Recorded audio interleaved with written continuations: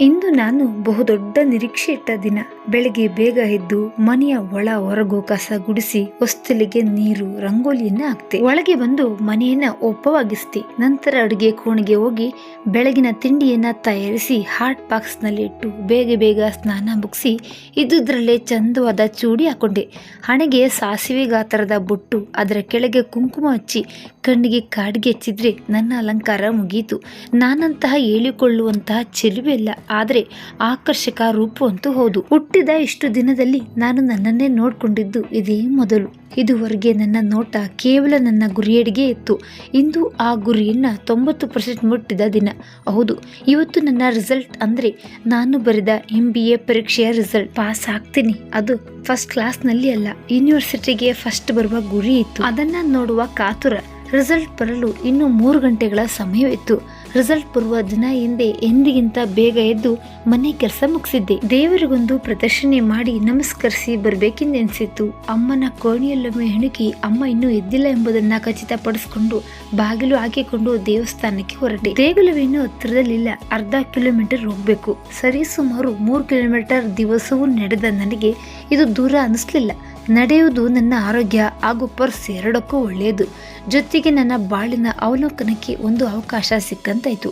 ಇಷ್ಟು ದಿನ ಹಿಂದಿನ ದಿನದ ಒಂದು ಕ್ಷಣವೂ ಯೋಚಿಸಲು ಅವಕಾಶ ಇಲ್ಲದಂತೆ ಓದಿನಲ್ಲಿ ಮಗ್ನಲಾಗಿದ್ದೆ.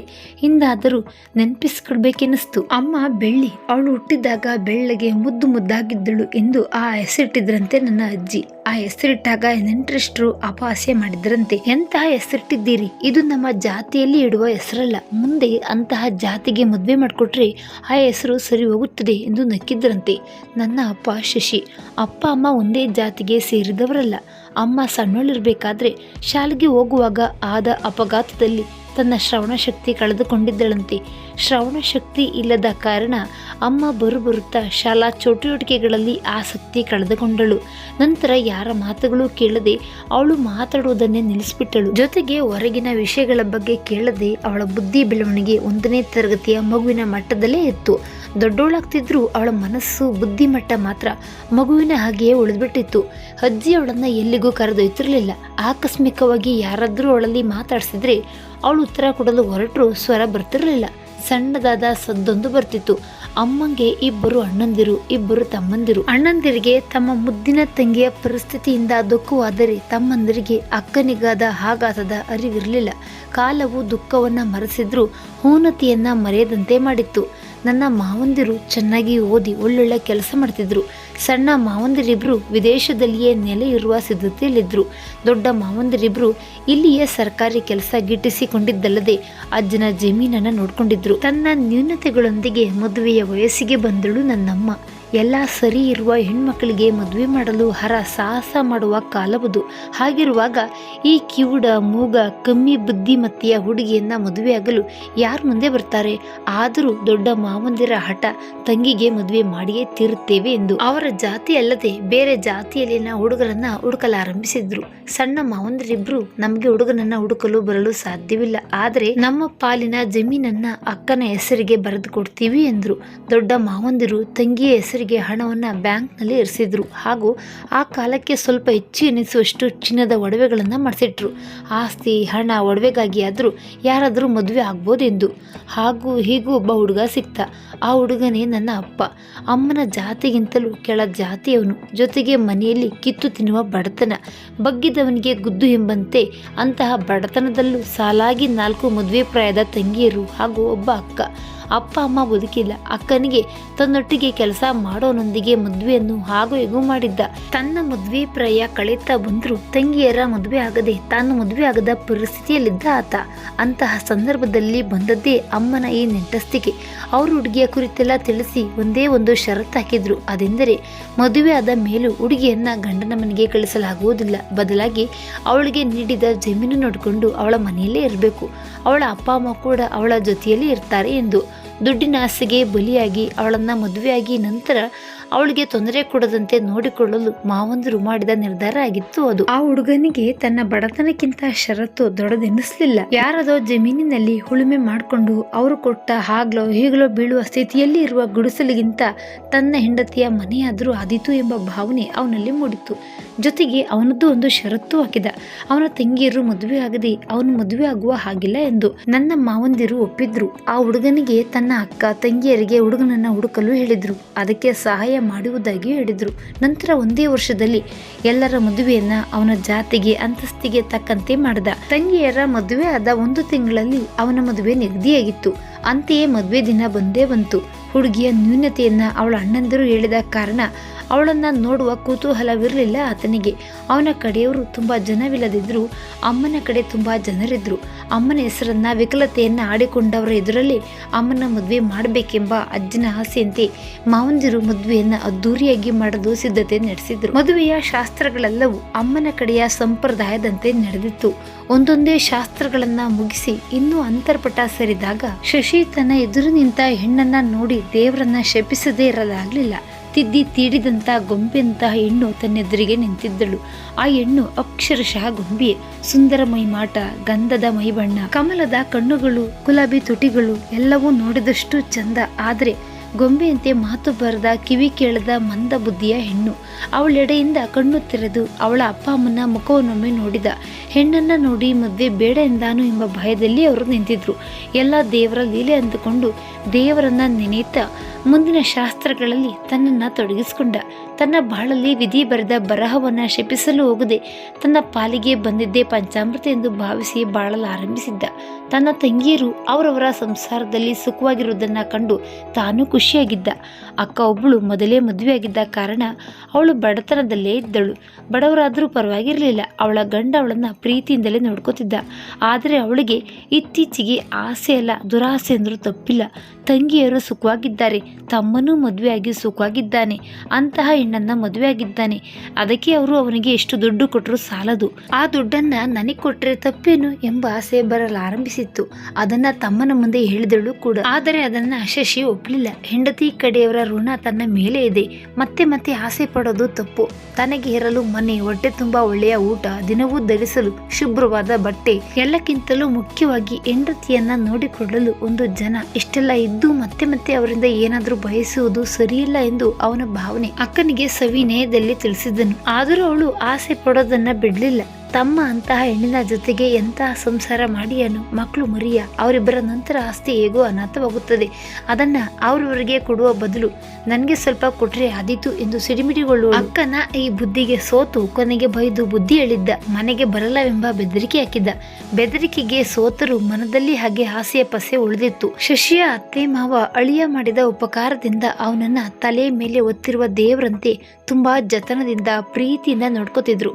ಆದರೂ ಮನದ ಮೂಲೆಯಲ್ಲಿ ಕೊರಗೊಂದು ಹಾಗೆ ಉಳಿದಿತ್ತು. ಕಾಲ ಯಾರಿಗೂ ಕಾಯ್ದೆ, ಯಾರಿಗೂ ತಲೆ ಬಾಗದೆ ಕಳೆದು ಹೋಗಿತ್ತು. ಪ್ರಕೃತಿಯ ಕರೆಗೆ ಹೋಗೊಟ್ಟ ಶಶಿಯ ಬಾಳಲು ಬೆಳ್ಳಿಯ ಕಿರಣಗಳು ಮೂಡಿದ್ದವು. ಅಂತಹ ಹೆಣ್ಣಿಗೆ ಮಕ್ಕಳೇ ಎಂದವಳ ಮಾತಿಗೆ ವಿರುದ್ಧವಾಗಿ ಶಶಿಯ ಅತ್ತೆ ಮಾವನ ಕೊರಗನ ದೂರ ಮಾಡುವ ಸಲುವಾಗಿ ಎಲ್ಲಕ್ಕಿಂತಲೂ ಮುಖ್ಯವಾಗಿ ಕೇವಲ ಕರ್ತವ್ಯ ಮಾಡುವುದು, ಋಣ ತೀರಿಸುವುದೇ ಜೀವನ ಎಂದುಕೊಂಡ ಶಶಿಯ ಬಾಳಿನಲ್ಲಿ ಪ್ರೀತಿ ಸವಿಯಲು ಮುದ್ದಾದ 2 ಮಕ್ಕಳು ಹುಟ್ಟಿದ್ರು. ಮೊದಲು ಮನೆ ದೀಪ ಬೆಳಗಲು ಮಹಾಲಕ್ಷ್ಮಿಯಾಗಿ ಇರುವ ಮಗಳು ಹುಟ್ಟಿದ್ರೆ 3 ವರ್ಷದ ನಂತರ ಮನೆಗೆ ಹೆಸರು ತರಲು ಮಗನೊಬ್ಬ ಹುಟ್ಟಿದ. ಮಗಳು ಹುಟ್ಟಿದ ಸಂದರ್ಭದಲ್ಲಿ ಶಶಿ ಅವನಾಗಿರಲಿಲ್ಲ. ಮಗುವಿನ ಎಳೆಯ ಗುಲಾಬಿ ಪಾದಗಳು, ಮುಟ್ಟಿದ್ರೆ ಕೈಯಲ್ಲಿ ಕಿತ್ತು ಬರುವ ಹಾಗೆ ಇದ್ದ ಎಳೆ ಚರ್ಮ, ಪಿಳೆನೆ ಬಿಡುವ ಸಣ್ಣ ಕಪ್ಪು ದ್ರಾಕ್ಷಿಯಾಗಿ ಕಾಣುವ ಕಣ್ಣುಗಳು, ತಲೆ ತುಂಬಾ ರೇಷ್ಮೆ ನುಣುಪಿನ ಕೆಂಚು ಕೂದಲು, ಒಟ್ನಲ್ಲಿ ಸಂಭ್ರಮದ ಹೊಳೆಯಲ್ಲಿ ತೇಲಾಡ್ತಿದ್ದ. ಪ್ರೀತಿ ಎಂದ್ರೇನು ಎಂದು ಮಗಳು ಹುಟ್ಟಿದ ಮೇಲೆ ತಿಳಿದ. ಕರ್ತವ್ಯ ಎಂಬಂತೆ ಹೆಂಡತಿಯನ್ನ ನೋಡ್ತಿದ್ದವನಿಗೆ ಮಗಳು ಹುಟ್ಟಿದ ಮೇಲೆ ಹೆಂಡತಿಯನ್ನ ಪ್ರೀತಿಸಲಾರಂಭಿಸಿದ. ಕರುಣೆಯ ಜಾಗದಲ್ಲಿ ಪ್ರೀತಿ ಹುಟ್ಟಿತ್ತು. ಬೆಳ್ಳಿಯ ಕೆಲಸ ಮಾಡ್ತಿದ್ದವಳನ್ನ ಬಿಡಿಸಿ ಅವಳ ಕೆಲಸವನ್ನೆಲ್ಲ ತಾನೇ ಮಾಡತೊಡಗಿದ. ಬೆಳ್ಳಿಯ ಅಪ್ಪ ಅಮ್ಮ ಹಾಗೂ ಅಣ್ಣ ತಮ್ಮಂದಿರು ಎಲ್ಲರಿಗೂ ಬೆಳ್ಳಿಗೆ ಮಗುವಾಗಿದ್ದು ಸಂತೋಷವಾಗಿತ್ತು. ಬೆಳ್ಳಿಯ ಅಪ್ಪ ಅಮ್ಮ ಮಗುವಿಗೆ ಅದ್ದೂರಿಯಾಗಿ ನಾಮಕರಣ ಮಾಡಲು ಹೊರಟರು. ಶಶಿ ಅತ್ಯಂತ ಮುತುವರ್ಜಿಯಿಂದ ಹೆಸರನ್ನ ಹುಡುಕಿದ್ದನು. ಮಗಳು ಎಲ್ಲದರಲ್ಲೂ ಗೆಲ್ಲಲಿ ಎಂದು ಹಾರೈಸಿ ವಿಜೇತ ಎಂದು ಹೆಸರಿಟ್ಟನು. ವಿಜೇತಾಳಿಗೆ 3 ವರ್ಷ ಆಗುವಷ್ಟರಲ್ಲಿ ಅವಳಿಗೆ ಒಬ್ಬ ತಮ್ಮ ಹುಟ್ಟಿದ್ದ. ಶಶಿಯು ಅವನಿಗೂ ಓದಲೆಲ್ಲ ಗೆಲುವು ಸಿಗಲಿ ಎಂದು ಆಶಿಸಿ ದಿಗ್ವಿಜಯ್ ಎಂದು ಹೆಸರಿಟ್ಟನು. ಮಕ್ಕಳ ಹೆಸರಲ್ಲಿ ಗೆಲುವು ಇದ್ದರೂ ಬೆಳ್ಳಿ ಶಶಿಯರ ಬಾಳಲ್ಲಿ ಗೆಲುವು ಬರಲಿಲ್ಲ. ಬೆಳ್ಳಿಯ ಅಣ್ಣ ತಮ್ಮಂದರಿಗೆಲ್ಲ ಮದುವೆಯಾಗಿತ್ತು. ಮನೆ ತುಂಬಿದ ಸೊಸೆಯಂದಿರಿಗೆ ಅಂಗವೈಕಲ್ಯ ಇರುವ ಮನೆಯ ಮಗಳು ನುಂಗಲಾರದ ತುಪ್ಪದಂತಾಯ್ತು. ಅವಳಿಗೂ ಅವಳ ಗಂಡನಿಗೂ ಆಸ್ತಿ ಇದ್ರು ತಮ್ಮ ತಮ್ಮ ಗಂಡಂದಿರು ಅವಳಿಗೆ ತಮ್ಮ ಮನೆಯಿಂದ ಭತ್ತವೋ ತರಕಾರಿಯೋ ಹಬ್ಬ ಹರಿದಿನಗಳಲ್ಲಿ ಬಟ್ಟೆ ಬೆಳ್ಳಿ ಬಂಗಾರ ಎಂದು ಕೊಡುವುದು ಸಿಸಲಾಗ್ತಿರ್ಲಿಲ್ಲ. ಕಾಲಕ್ರಮೇಣ ಗಂಡಂದಿರನ್ನ ತಮ್ಮ ತಮ್ಮ ಹಿಡಿತಕ್ಕೆ ತೆಗೆದುಕೊಂಡ್ರು. ಪಾಲಿಗೆ ಬಂದದ್ದು ಪಂಚಾಮೃತ ಎಂದು ಭಾವಿಸಿದ್ದ ಶಶಿಯು ಇದನ್ನ ಗಮನಕ್ಕೆ ತೆಗೆದುಕೊಳ್ಳಿಲ್ಲ. ಅಪ್ಪ ಅಮ್ಮ ಕಂಡರು ಕಾಣದಾಗೆ ಇದ್ರು. ಆದರೆ ಸೊಸೆಂದಿರ ಕೈಗೊಂಬೆಯಾದ ಮಗಂದಿರನ್ನ ನೋಡಿ ನೊಂದ ಅಪ್ಪ ಕೊರಗಿ ಜೀವ ಬಿಟ್ರು. ಬೆಳ್ಳಿಗೆ ಯಾವುದೇ ವ್ಯತ್ಯಾಸ ತಿಳಿದೇ ಇದ್ರು. ಅವಳ ಅಮ್ಮ ಗಂಡ ದುಃಖದಲ್ಲಿ ಮುಳುಗಿದ್ರು. ಶಶಿ ದುಃಖವನ್ನ ಮರೆಮಾಚಿ ಕೆಲಸದಲ್ಲಿ ತೊಡಗಿದ್ರೆ ಅಮ್ಮ ತನ್ನ ಪುಟ್ಟ ಮೊಮ್ಮಗನ ಆಟದಲ್ಲಿ ತಮ್ಮ ನೋವನ್ನ ಮರೆಯುವರು. ಮೊಮ್ಮಗನ ತೊದಲು ನುಡಿ ಕೇಳಿ ಸಂತಸ ಪಟ್ಟರೆ ಒಮ್ಮೊಮ್ಮೆ ಮಗಳಿಗೆ ಏನು ತಿಳಿಯುತ್ತಿಲ್ಲ ಎಂದು ಕೊರಗುವರು. ಮಕ್ಕಳಿಗೆ ಅಮ್ಮನ ಪ್ರೀತಿ ವಾತ್ಸಲ್ಯ ಸಿಗದೇ ಇದ್ದರು ಅಜ್ಜಿ ಅಪ್ಪನ ಪ್ರೀತಿಯಲ್ಲಿ ಮುಳುಗಿದ್ರು. ಶಶಿ ಹೀಗೆ ಒಮ್ಮೆ ಕೆಲಸಕ್ಕೆಂದು ಹೋಗುವಾಗ ಅವನ ಅಕ್ಕ ಸಿಕ್ಕಿ ಯೋಗಕ್ಷೇಮ ವಿಚಾರಿಸುವ ನೆಪದಲ್ಲಿ, ಅಂತೂ ನೀನು ಅಪ್ಪ ಅದೇ ಅಲ್ವಾ, ಅದು ಆ ರೀತಿಯ ಹೆಣ್ಣಿನಲ್ಲಿ ಒಂದಲ್ಲ 2 ಮಕ್ಕಳು ಎಂದು ವ್ಯಂಗ್ಯವಾಗಿ ಕೇಳಿದ್ದಾಗ ಅಕ್ಷರಶಃ ಭೂಮಿಗಿಳಿದು ಹೋಗಿದ್ದ. ಅಷ್ಟಕ್ಕೆ ಸುಮ್ಮನಾಗದೆ, ಮಕ್ಕಳು ಅದೇ ರೀತಿ ಇಲ್ಲ ತಾನೆ, ಹೀಗಾದ್ರೆ ಸಣ್ಣ ಮಕ್ಕಳು ಮಾತು ಬರುತ್ತೋ ಇಲ್ವೋ ತಿಳಿಯುವುದಿಲ್ಲ, ಮುಂದೆ ಹೇಗೋ ಎಂದು ತೋರಿಕೆಯ ಕನಿಕರ ತೋರಿಸಿ ಹೋದಳು. ಅದನ್ನ ಕೇಳಿದ ಶಶಿಗೆ ಮತ್ತೆ ಕೆಲಸ ಮಾಡಲು ಮನಸ್ಸಾಗದೆ ಸುಮ್ಮನೆ ಮನೆಗೆ ಬಂದು ಮೂಲೆಯಲ್ಲಿ ಕುಳಿತ. ಯಾವತ್ತೂ ಹೀಗೆ ಕೂರದ ಅಳಿಯನನ್ನ ನೋಡಿ ಸೀತಮ್ಮನವರಿಗೆ ಅಚ್ಚರಿ ಆದ್ರೂ ಏನು ಕೇಳದೆ ಸುಮ್ಮನಾದ್ರು. ಮಕ್ಕಳು ಅಪ್ಪ ಎಂದು ಬಳಿಗೆ ಹೋದಾಗ ಅವರನ್ನ ಮುದ್ದಿಸದೆ ಸುಮ್ಮನೆ ಕುಳಿತಾಗ ಸೀತಮ್ಮನವರು ತಡೆದಾದ್ರು. ಅಳಿಯನ ಬಳಿ ಏನಾಯ್ತು ಶಶಿ, ಏನಾದ್ರೂ ತೊಂದರೆಯಾ, ದುಡ್ಡು ಕಾಸು ಏನಾದ್ರೂ ಬೇಕಿತ್ತಾ ಎಂದು ವಿಚಾರಿಸಿದ್ರು. ಅದಕ್ಕೆ ಶಶಿ ವಿಷಯ ಏನು ಇಲ್ಲ ಎಂದು ಸುಮ್ಮನಾದನು. ಮಾಮೂಲಿಯಾಗಿ ಹೀಗೆ ಕೇಳಿದ್ರೆ ಶಶಿ, ಇಲ್ಲ ಅಮ್ಮ, ಹಣಕಾಸಿನ ಸಮಸ್ಯೆ ಇಲ್ವೇ ಇಲ್ಲ, ಇಷ್ಟೇ ಇರುವಾಗ ಸಮಸ್ಯೆ ಎಂಥದ್ದು ಎಂದು ಹೇಳ್ತಿದ್ದ. ಆದರೆ ಈಗ ಹೇಳ್ತಾನೆ ಅಂದರೆ ಖಂಡಿತ ಸಮಸ್ಯೆ ಇದೆ ಎಂದು ಭಾವಿಸಿದ ಸೀತಮ್ಮ, ನೋಡು ಶಶಿ, ನೀನು ನನ್ನ ಮಗನೇ, ಅಮ್ಮನ ಬಳಿ ಕಷ್ಟ ಹೇಳಿಕೊಳ್ಳಲು ನಿನಗೇನು ಎಂದಾಗ ಶಶಿಯ ಮನದ ನೋವು ಕಣ್ಣೀರಾಯಿತು. ಗದ್ಗದ ಕಂಠದಿಂದ ಅಕ್ಕ ಹಾಗೂ ತನ್ನ ನಡುವೆ ನಡೆದ ಸಂಭಾಷಣೆ ತಿಳಿಸ್ತಾ ಒಂದು ಕ್ಷಣಕ್ಕೆ ಮೂಕರಾದರೂ ತಮಗೆ ತೋಚಿದಂತೆ ಸಮಾಧಾನ ಮಾಡಿದ್ರು. ಮೇಲ್ನೋಟಕ್ಕೆ ಸಮಾಧಾನವಾಗಿದ್ರು ಮನದ ಮೂಲೆಯಲ್ಲಿ ನೋವಿನ ಕಿಡಿ ಬೂದಿ ಮುಚ್ಚಿದ ಕೆಂಡದಾಗಿತ್ತು. ಸ್ವರ್ಗದಲ್ಲಿ ತೇಲಾಡ್ತಿದ್ದ ಹಾಗೆ ಇದ್ದವನು ಈಗ ಭೂಮಿ ಮೇಲೆ ನಡೆಯಲಾರಂಭಿಸಿದ್ದ. ಮೊದಲೆಲ್ಲ ದಾರಿಯಲ್ಲಿ ಯಾರಾದರೂ ಸಿಕ್ಕಿ ಮಾತಾಡಿದ್ರೆ ಪ್ರೀತಿಯಿಂದ ಉತ್ತರಿಸಿ ಮುಂದೆ ಹೋಗ್ತಿದ್ದವ ಈಗ ಯಾರು ಮಾತಾಡಿಸಿದ್ರು ಮಾತಾಡಿ ಮುಂದೆ ಹೋಗುವಾಗ ಅವರ ಮಾತುಗಳಿಗೆ ಕಿವಿ ಕೊಡುತ್ತಾ ಹೋಗ್ತಿದ್ದ. ಹೀಗೆ ನಡೆಯುವಾಗ ಅವರ ಅಪಾಸ್ಯಗಳು ಕಿವಿಗೆ ಬೀಳ್ತಿದ್ದವು. ಹಣದ ಆಸೆಗೆ ಮದುವೆಯಾದ, ಹಣದ ಆಸೆಯಲ್ಲಿ ಹೆಣ್ಣು ಹೇಗಿದ್ರೂ ಆಗುತ್ತೆ ಎಂಬೆಲ್ಲ ಮಾತುಗಳು ಕೇಳಿ ಬಂದವು. ಅಕ್ಕನ ಮಾತಿನಿಂದ ನೊಂದವನಿಗೆ ಈ ಮಾತುಗಳು ಸೇರಿಸಲಾಗಲಿಲ್ಲ. ಮನೆಯಲ್ಲಿ ಮಕ್ಕಳು ಹೆಂಡತಿಯ ಮುಖ ನೋಡಿ ಹೇಗೋ ಕಷ್ಟಪಟ್ಟು ಜೀವಿಸಲಾರಂಭಿಸ್ತ. ಮನೆಯ ಜಮೀನು ತೋಟ ಎಲ್ಲ ಕೆಲಸದಲ್ಲೂ ತನ್ನನ್ನು ತಾನು ತೊಡಗಿಸ್ಕೊಂಡ. ಮಗಳು ವಿಜೇತ 5ನೇ ವರ್ಷಕ್ಕೆ ಕಾಲಿಟ್ಟಳು. ಇನ್ನು 10 ತಿಂಗಳಲ್ಲಿ ಶಾಲೆಗೆ ಸೇರಿಸಬೇಕಿತ್ತು. ಮೊದಲಾಗಿದ್ದಿದ್ರೆ 10 ಹಲವು ಕನಸು ಕಂಡಿದ್ದ. ಆದರೆ ಈಗ ಯಾವ ಉತ್ಸಾಹವೂ ಇರಲಿಲ್ಲ. ಆದರೂ ಮಗಳ ಭವಿಷ್ಯದ ದೃಷ್ಟಿಯಿಂದ 1-2 ಒಳ್ಳೆಯ ಶಾಲೆಗಳಿಂದ ಅಪ್ಲಿಕೇಶನ್ ತಂದಿದ್ದ. ಇಷ್ಟೆಲ್ಲ ಯೋಚಿಸುತ್ತಾ ವಿಜೇತ ದೇವಸ್ಥಾನಕ್ಕೆ ತಲುಪಿದಳು. ದೇವರಿಗೆ ನಮಸ್ಕರಿಸಿ 3 ಪ್ರದರ್ಶನ ಮಾಡಿ ಅರ್ಚಕರು ಕೊಟ್ಟ ತೀರ್ಥ ಪ್ರಸಾದ ಸ್ವೀಕರಿಸಿದಳು. ದೇವರ ಸುಂದರ ಮೂರ್ತಿಯನ್ನೇ ನೋಡುತ್ತಾ ಮನದಲ್ಲೇ ತನ್ನ ರಿಸಲ್ಟ್ ಬಗ್ಗೆ ಹೇಳಿಕೊಂಡು, ನಿನ್ನ ದಯೆ ಇರಲಿ ತಂದೆ ಎಂದು ಬೇಡಿಕೊಂಡಳು. ನಂತರ ಅಲ್ಲೇ ಒಂದು ಬದಿಯಲ್ಲಿ ಕುಳಿತು 5 ನಿಮಿಷ ಧ್ಯಾನ ಮಾಡಿ ಅಲ್ಲಿಂದ ಹೊರಟಳು. ಮತ್ತೆ ತನ್ನ ಬದುಕಿನ ನೆನಪಿನ ನೆನೆಗಳು ಉಕ್ಕಿ ಬಂದವು. ನನಗೆ ನನ್ನ ಅಪ್ಪನ ನೆನಪು ಇನ್ನೂ ಇದೆ. ನಾನಿನ್ನು ಶಾಲೆಗೆ ಸೇರಿರಲಿಲ್ಲ. ಆಗ ಒಂದು ದಿನ ಅಪ್ಪ ಕರೆದ್ರು. ನಾನು ಆಡ್ತಾ ಇದ್ದವಳು ಅಪ್ಪನ ಬಳಿಗೆ ಓಡಿದ್ದೆ. ಅಪ್ಪ ನನ್ನನ್ನಾಗ್ಲಿ ತಮ್ಮನನ್ನಾಗ್ಲಿ ಮುದ್ದಿಸದೆ ದಿನಗಳು ಕಳೆದಿದ್ದವು. ಈಗ ಅಪ್ಪನ ಕರೆ ಖುಷಿ ತಂದಿತ್ತು. ಓಡಿ ಬಂದಿದ್ದೆ. ಅಪ್ಪ ಅಂದು ಮುದ್ದು ಮಾಡುತ್ತಾ, ನಾನು ಮಾಡಿದ ತಪ್ಪಿಗೆ ನೀನು ನೋಡ್ತೆ ಮಗಳೇ, ಆದರೆ ನೀನು ಯಾವ ತಪ್ಪು ಮಾಡಿಲ್ಲ. ನೀನು ಚೆನ್ನಾಗಿ ಓದಿ ನನಗೆ ಒಳ್ಳೆಯ ಹೆಸರು ತಾ ಮಗಳೇ. ಆಗ್ಲಾದ್ರೂ ಎಲ್ಲರೂ ನನ್ನನ್ನ ನೋಡುವ ದೃಷ್ಟಿ ಬದಲಾಗುತ್ತಾ ಎಂದು ನೋಡುವ ಎಂದು ಕಣ್ಣೀರು ಹಾಕಿದ್ರು. ನನಗೆ ಏನು ಅರ್ಥ ಆಗದೆ ಇದ್ರು ಅಪ್ಪನ ಕಣ್ಣೀರು ಇಷ್ಟ ಆಗಿರ್ಲಿಲ್ಲ. ನಾನು ಅಪ್ಪನ ಕಣ್ಣು ಒರೆಸುತ್ತಾ, ಅಳ್ಬೇಡಪ್ಪ, ಚೆನ್ನಾಗಿ ಓದ್ತೀನಪ್ಪ, ನೀನು ಚಿಂತೆ ಮಾಡಬೇಡಪ್ಪ ಎಂದು ನನ್ನ ಬಾಲ ಭಾಷೆಯಲ್ಲಿ ಹೇಳ್ತಿದ್ದೆ. ತಮ್ಮನಿಗೆ ಏನು ತಿಳಿಯುತ್ತಿರಲಿಲ್ಲ. 2 ವರ್ಷದ ಮಗು ಅವನು. ಅಪ್ಪ ನನ್ನ ಹತ್ತಿರವೇ ಜಾಸ್ತಿ ಮಾತಾಡ್ತಿದ್ರು. ನನಗೆ ಅರ್ಥ ಆಗುತ್ತೋ ಬಿಡುತ್ತೋ, ಆದರೂ ನನ್ನ ಬಳಿ ದುಃಖವನ್ನು ತೋಡಿಕೊಳ್ತಾ ಇದ್ರು. ಏನೇ ಮಾತಾಡಿದ್ರು ನಾನು ಹಣಕ್ಕೂ ಹೆಣ್ಣಿಗೂ ಆಸೆ ಪಟ್ಟಿಲ್ಲ ಮಗಳೇ. ನಾನು ಕಾಮಂದ ಧನಾಂದ ಅಲ್ಲ ಮಗಳೇ.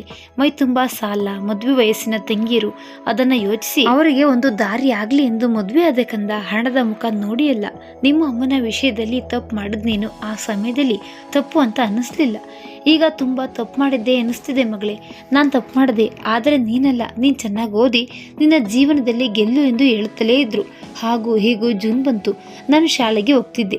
ನಮ್ಮೂರಿಗೆ ದೊಡ್ಡ ಶಾಲೆ ಅದು. ಹಣೆಗೆ ಕಪ್ಪು ಬಣ್ಣದ ಬಿಂದಿ ಹಾಕಿ ಬಿಂದಿಯ ಕೆಳಗೆ ದೇವರ ಕುಂಕುಮ ಇಟ್ಟು ನೀಲಿ ಬಿಳಿ ಚೌಕದ ಅಂಗಿ, ತಲೆಗೆ ನೀಲಿ ಬಣ್ಣದ ಬ್ಯಾಂಡ್, ಕಾಲಿಗೆ ಬಿಳಿಯ ಸಾಕ್ಸ್, ಕಪ್ಪು ಶೂ ಹಾಕಿ ಚಂದ ಮಾಡಿ ಕಳಿಸ್ತಾ ಇದ್ರು ಅಪ್ಪ. ನನ್ನ ಮೊದಲ ಶಾಲೆಯ ದಿನದಂದು ಅಪ್ಪ ತುಂಬಾ ಖುಷಿಯಲ್ಲಿದ್ರು. ನನ್ನನ್ನ ಶಾಲೆಗೆ ಹೊರಡಿಸಿದ ನಂತರ ಅಮ್ಮನ ಕೋಣೆಗೆ ಕರೆದುಕೊಂಡು ಬಂದ್ರು. ಅಮ್ಮ ನಿಮ್ಮನ್ನ ಲಾಲನೆ ಪಾಲನೆ ಪೋಷಣೆ ಮಾಡದೇ ಇರ್ಬೋದು, ಆದ್ರೆ ಅವಳು ನಿಮ್ಮನ್ನ ಹೊತ್ತು ಹೆತ್ತು ನನ್ನ ಕೈಗೆ ಕೊಟ್ಟಿದ್ದಾಳೆ. ನಿನಗೀಗ ಅರ್ಥ ಆಗದೆ ಇದ್ರು ಒಂದು ಮಾತು ಹೇಳ್ತೀನಿ. ಒಂದು ಹೆಣ್ಣು ಒಂದು ಪುಟ್ಟ ಕಂದನನ್ನ ತನ್ನ ಹೊಟ್ಟೆಯಲ್ಲಿ ಇಟ್ಕೊಂಡು 9 ತಿಂಗಳು ಪೋಷಿಸಿದ್ರೆ ಆ ಕಂದ ಭೂಮಿಗೆ ಬರುವಾಗ ತನ್ನ ಜೀವವನ್ನೇ ಪಣಗಿಡುತ್ತಾಳೆ. ಮಗುವು ಹೇಗೆ ಜನ್ಮ ತಾಳುವುದು ಹಾಗೆ ತಾಯಿಗೆ ಕೂಡ ಆಗ ಮರುಜನ್ಮ. ಹಾಗಾಗಿ ತನ್ನ ಪ್ರಾಣವನ್ನು ಪಣಕ್ಕಿಟ್ಟು ಮಗುವಿಗೆ ಜನ್ಮ ನೀಡಿದ ತಾಯಿಯ ಋಣ ತೀರಿಸಲು ಸಾಧ್ಯವಿಲ್ಲ ಮಗಳೇ. ಅಂತಹ ತಾಯಿ ದೇವರ ಸಮಾನ. ನೀನು ಇವರಿಗೆ ಯಾವಾಗಲೂ ಗೌರವವನ್ನು ನೀಡಬೇಕು. ಹೋಗಿ ಅವರ ಕಾಲಿಗೆ ಬಿದ್ದು ನಮಸ್ಕರಿಸಿ ನಂತರ ಅಜ್ಜಿಯ ಕಾಲಿಗೆ ನಮಸ್ಕಾರ ಮಾಡು ಎಂದ್ರು. ನಾನು ಹಾಗೆ ಮಾಡಿದೆ. ಅಪ್ಪ ನನಗೆ ಜೀವನದ ಒಂದೊಂದೇ ವಿಷಯವನ್ನ ಕಲಿಸ್ತಿದ್ರು. ಆಗ ಅದು ನನಗೆ ಅರ್ಥವೇ ಆಗ್ತಿರ್ಲಿಲ್ಲ, ಆದರೆ ಅದು ಮನದಾಳದಲ್ಲಿ ಅಚ್ಚು ಒತ್ತಿದೆ ಎಂದು ಈಗ ತಿಳಿಯುತ್ತಿದೆ. ಅಪ್ಪನ ಬೈಕಲ್ಲಿ ಜಂಬದಿಂದ ಶಾಲೆಗೆ ಹೋಗ್ತಿದ್ದೆ. ಅಪ್ಪನು ತುಂಬಾ ಸಂತೋಷದಲ್ಲಿದ್ರು. ನಾನು ಶಾಲೆಗೆ ಹೊರಟಾಗ ಆಡಲು ಜನವಿಲ್ಲ ಎಂದು ತಮ್ಮ ಅಳುತ್ತಿದ್ದ. ಹೀಗೆ ಶಾಲೆ ಆರಂಭವಾಗಿ 7 ತಿಂಗಳು ಕಳೆಯಿತು. ಅಪ್ಪ ತನ್ನ ನೋವು ಮರೆಯಲಿಲ್ಲವಾದ್ರೂ ಆಕಾಶವೇ ತಲೆ ಮೇಲೆ ಬಿದ್ದ ಹಾಗೆ ಇರ್ತಿರ್ಲಿಲ್ಲ. ಬೇರೇನೂ ಆಲೋಚನೆ ಬಾರದ ಹಾಗೆ ಬಿಡುವಿಲ್ಲದೆ ದುಡಿಯುತ್ತಿದ್ರು. ಜನರ ಮಾತಿನಿಂದ ಸ್ವಂತದವರ ಕುಹಕದಿಂದ ನೊಂದರು. ಅಮ್ಮನ ಮೇಲಿನ ಪ್ರೀತಿ ಕಮ್ಮಿ ಆಗ್ಲಿಲ್ಲ. ಅಮ್ಮನ ಮಹತ್ವದ ಬಗ್ಗೆ ಹೇಳುತ್ತಲೇ ಇದ್ರು. ಓದಲು ಬಾರದೇ ಇದ್ರು ನನ್ನ ಬಳಿಯೇ ಕುಳಿತು ನಾನು ABCD ಬರೆಯುವುದನ್ನ ನೋಡುತ್ತಾ ಕೂರ್ತಿದ್ರು. ಆದ್ರೆ ಅಪ್ಪನ ಖುಷಿ ನನ್ನ ಜಂಬ ಕೇವಲ 7 ತಿಂಗಳದಾಗಿತ್ತು. ನಾನು 1ನೇ ತರಗತಿ ಪಾಸ್ ಆಗಿ 2ನೇ ತರಗತಿಗೆ ಹೋಗುವುದನ್ನ ನೋಡಲು ಅಪ್ಪ ಇರಲಿಲ್ಲ. ಹೌದು, ನನಗಿನ್ನೂ ಸರಿಯಾಗಿ ನೆನಪಿದೆ. ಆ ದಿನ, ಇವತ್ತು ಶಾಲೆಗೆ ಹೋಗ್ಬೇಡ ಮಗಳೇ, ಮನೆಯಲ್ಲಿ ತಮ್ಮ ನೀನು ನಾನು ಆಡ್ಕೊಂಡು ಖುಷಿಯಾಗಿರೋಣ ಎಂದು ನನ್ನನ್ನ ಶಾಲೆಗೆ ಚಕ್ಕರ್ ಹೊಡೆಯಲು ಹೇಳಿದ್ರು. ನಾನು ಖುಷಿಯಿಂದಲೇ ಒಪ್ಪಿದೆ. ನಂತರ ಅಪ್ಪ ತಮ್ಮ ನಾನು ಆಡಿದ್ದೇ ಆಡಿದ್ದು. ಅಪ್ಪ ಸೋಪು ನೀರಿನ ಗುಳ್ಳೆ ಮಾಡಿದ್ರೆ ಅದನ್ನ ನಾನು ಒಡೆದ್ರೆ ತಮ್ಮ ಹಿಡಿಯಲು ಹೊರಟಿದ್ದ. ಅಜ್ಜಿ ಅಮ್ಮನ ಜೊತೆಯಲ್ಲಿ ಜಗಲಿಯಲ್ಲಿ ಕುಳಿತು ಖುಷಿ ಪಡ್ತಾ ಇದ್ದಳು. ಅಮ್ಮನ ಮುಖದಲ್ಲಿಯೂ ಕಾಂತಿ ಕಾಣ್ತಿತ್ತು. ಅಮ್ಮ ಹೀಗೆ ನಾವೆಲ್ಲರೂ ಸೇರಿ ಆಡುವಾಗ ಜಗಲಿಯಲ್ಲಿ ಕುಳಿತು ಸಂತೋಷ ಪಡ್ತಾ ಇದ್ದಳು. ಮಣ್ಣಲ್ಲಿ ಪಾತ್ರೆ ಮಾಡಲು ಕಲಿಸಿದ್ದಲ್ಲದೆ ಆಟ ಆಡಿದ್ರು. ಹಿಡಿಯುವ ಆಟ ಆಡುವಾಗ್ಲಂತೂ ಅಮ್ಮನನ್ನ ಹಾಡಲು ಎಳೆದು ತಂದ್ರು. ಅಮ್ಮನೂ ಸಾಕಷ್ಟು ಖುಷಿ ಪಟ್ಟಳು. ಅಜ್ಜಿಯು ಈ ಸಂಭ್ರಮ ನೋಡಿ ಆನಂದಿಸಿದ್ರು. ಅವಳ ಕಣ್ಣಲ್ಲಿ ಏನೋ ದಿಗಿಲು. ಸುಮಾರು 2 ಗಂಟೆಗಳ ಕಾಲ ಆಡಿದ ಅಪ್ಪ ಅಜ್ಜಿಯ ಬಳಿ, ಅಮ್ಮ ಇವತ್ತು ನೀವು ವಿರಮಿಸಿ, ಎಲ್ಲ ಕೆಲಸ ನಾನೇ ಮಾಡುವೆ ಎಂದು ಅಜ್ಜಿ ಬೇಡ ಎಂದ್ರು ಕೇಳದೆ ನನ್ನ ತಮ್ಮನ ಸ್ನಾನ ಮಾಡಿಸಿದ್ರು. ತಾನು ಸ್ನಾನ ಮಾಡಿ ಬಂದ. ನಂತರ ಅಡುಗೆ ಮನೆಗೆ ಹೋಗಿ ಅಮ್ಮ ಇಷ್ಟಪಟ್ಟು ತಿನ್ನುವ ಜಿಲೇಬಿ, ಪಲಾವ್, ನಾನು ಇಷ್ಟಪಡುವ ಪೂರಿ, ಸಾಗು, ತಮ್ಮನಿಗೆ ಅಜ್ಜಿಗೆ ಪಾಯಸ ಮಾಡಿದ್ರು. ಮಧ್ಯಾಹ್ನ ಹಬ್ಬದ ಅಡುಗೆ ಅವತ್ತು. ಭರ್ಜರಿ ಊಟ ಆದ ನಂತರ ಅಪ್ಪ ನಮಗೆ ಮಂಗನ ನ್ಯಾಯ ಅನ್ನೋ ಕತೆ ಹೇಳಿ ಹೇಗೆ ಇಬ್ಬರ ಜಗಳ 3ನೇಯವರಿಗೆ ಲಾಭ ಅನ್ನೋದನ್ನ ಹೇಳಿ ನಾನು ತಮ್ಮ ಜಗಳ ಆಡದಂತೆ ಬುದ್ಧಿ ಹೇಳಿದ್ರು. ನಮಗೆ ಕತೆ ಕೇಳುತ್ತಾ ನಿದ್ದೆ ಬಂದಿತ್ತು. ಸಂಜೆ ಏಳುವಾಗ ಅಪ್ಪ ಮನೆಯಲ್ಲಿ ಇರಲಿಲ್ಲ. ತಮ್ಮ ಅಳಲು ಶುರು ಮಾಡಿದ್ರೆ ನಾನು ಪೆಚ್ಚು ಮುಖದಲ್ಲಿ ಅಪ್ಪನ ದಾರಿ ಕಾಯ್ತಾ ಇದ್ದೆ. ಅಜ್ಜಿ ಸಮಾಧಾನ ಮಾಡಿದ್ರು ತಮ್ಮ ಸುಮ್ಮನಾಗ್ಲಿಲ್ಲ. ಅಪ್ಪ ಅಂತ ರಾಗ ಎಳೆಯುವಾಗ ಅಪ್ಪ ಬಂದಾಗಿತ್ತು. ಅಪ್ಪ ನಮಗೆಲ್ಲರಿಗೂ ಹೊಸ ಬಟ್ಟೆಗಳನ್ನ, ನನಗೂ ತಮ್ಮನಿಗೂ ಆಟಿಕೆಗಳು, ಅಮ್ಮನಿಗೆ ಚಿನ್ನದ ಸರ ಹಾಗೂ ಮಲ್ಲಿಗೆ ಹೂವು ತಂದಿದ್ರು. ಜೊತೆಗೆ ಬೇಕರಿ ತಿನಿಸುಗಳು. ಅಪ್ಪ ಎಂದಿನಂತೆ ನಮಗೆ ಹಾಲು ಕುಡಿಸಿ ತಾನು ತಂದಿದ್ದ ತಿನಿಸುಗಳನ್ನ ನಮಗೆ ತಿನ್ನಿಸುತ್ತಾ, ಎಂದಿನಂತೆ ನಾನು ತಪ್ಪು ಮಾಡಿದೆ ಮಕ್ಕಳೇ, ಆದ್ರೆ ನೀವಿಬ್ಬರು ಮುಗ್ಧರು, ನಿಮ್ಗೇನು ತಿಳಿಯುವುದಿಲ್ಲ. ನೀವಿಬ್ರು ಚೆನ್ನಾಗಿ ಓದಿ ಒಳ್ಳೆಯ ಕೆಲಸಕ್ಕೆ ಸೇರಬೇಕು. ಮೋಸ, ಕಪಟ, ಸುಳ್ಳು, ಕಳ್ಳತನ ಯಾವುದೂ ನಿಮ್ಮ ಮನಸ್ಸಿನಲ್ಲೂ ಬರಕೂಡದು. ಜೀವನದಲ್ಲಿ ನಾನು ಸೋತೆ, ಆದ್ರೆ ನನ್ನ ಮಕ್ಕಳು ನೀವು ಗೆಲ್ಲಬೇಕು, ಆಗ್ಲೇ ನನಗೆ ತೃಪ್ತಿ. ನಾನಿಲ್ಲ ಅಂದ್ರು ಅಮ್ಮನನ್ನ ಪ್ರೀತಿಯಿಂದ ಚೆನ್ನಾಗಿ ನೋಡ್ಕೊಳ್ಳಿ ಎಂದ್ರು. ನಾವು ತಿನ್ನುತ್ತಾ ತಲೆ ಅಲ್ಲಾಡಿಸ್ತಿದ್ದು. ಆಮೇಲೆ ಅಪ್ಪ ಅಮ್ಮನ ತಲೆ ಸವರುತ್ತಾ, ಬೆಳ್ಳಿ ನಿನಗೆ ನಾನು ಅನ್ಯಾಯ ಮಾಡಿಬಿಟ್ಟೆ ಅಲ್ವಾ, ನೋಡು ಈಗ ನಿನಗೆ ಅನ್ಯಾಯ ಆಗಿರ್ಬೋದು, ಆದ್ರೆ ನಮ್ಮ ಮಕ್ಕಳು ನಿನಗೆ ಅದ ಅನ್ಯಾಯಕ್ಕೆ ನ್ಯಾಯ ದೊರಕಿಸ್ಕೊಡ್ತಾರೆ ಎನ್ನುವಷ್ಟರಲ್ಲಿ ಅಜ್ಜಿ, ಯಾಕಪ್ಪ ಶಶಿ ಈಗೆಲ್ಲ ಮಾತಾಡ್ತಿದ್ದೀಯಾ, ನೀನ್ ಯಾವ ತಪ್ಪು ಮಾಡಿಲ್ಲ. ಬೆಳ್ಳಿ ನಿನ್ನ ಹೆಂಡತಿ, ಅವಳಿಗೆ ನಿನ್ನಿಂದ ಅನ್ಯಾಯ ಆಗಿಲ್ಲ. ನಿಜ ಹೇಳ್ಬೇಕೆಂದ್ರೆ ನೀನು ಅವಳನ್ನ ಮದುವೆ ಆದ ಮೇಲೆ ಅವಳ ಬದುಕಲ್ಲಿ ಎಷ್ಟೋ ಬದಲಾವಣೆ ಬಂದಿದೆ. ಮಕ್ಕಳ ಹಾಗೆ ಇದ್ದವಳು ಈಗ ಸ್ವಲ್ಪ ಮಟ್ಟಿಗೆ ದೊಡ್ಡವರಾಗಿ ವರ್ತಿಸುತ್ತಾಳೆ. ನಿನ್ನ ಕಂಡ್ರೆ ಅವಳ ಮುಖದಲ್ಲಿ ಪ್ರೀತಿಯ ಸೆಲೆ ಕಾಣುತ್ತದೆ. ಇಷ್ಟೊತ್ತು ನೀನಿಲ್ಲದಿದ್ದಾಗ ಮಕ್ಕಳು ಹೇಗೆ ಹತ್ರು ಹಾಗೆ ಅವಳ ಮುಖ ಬಾಡಿತು. ಈಗ ನೋಡು ಎಷ್ಟು ಖುಷಿಯಾಗಿದ್ದಾಳೆ.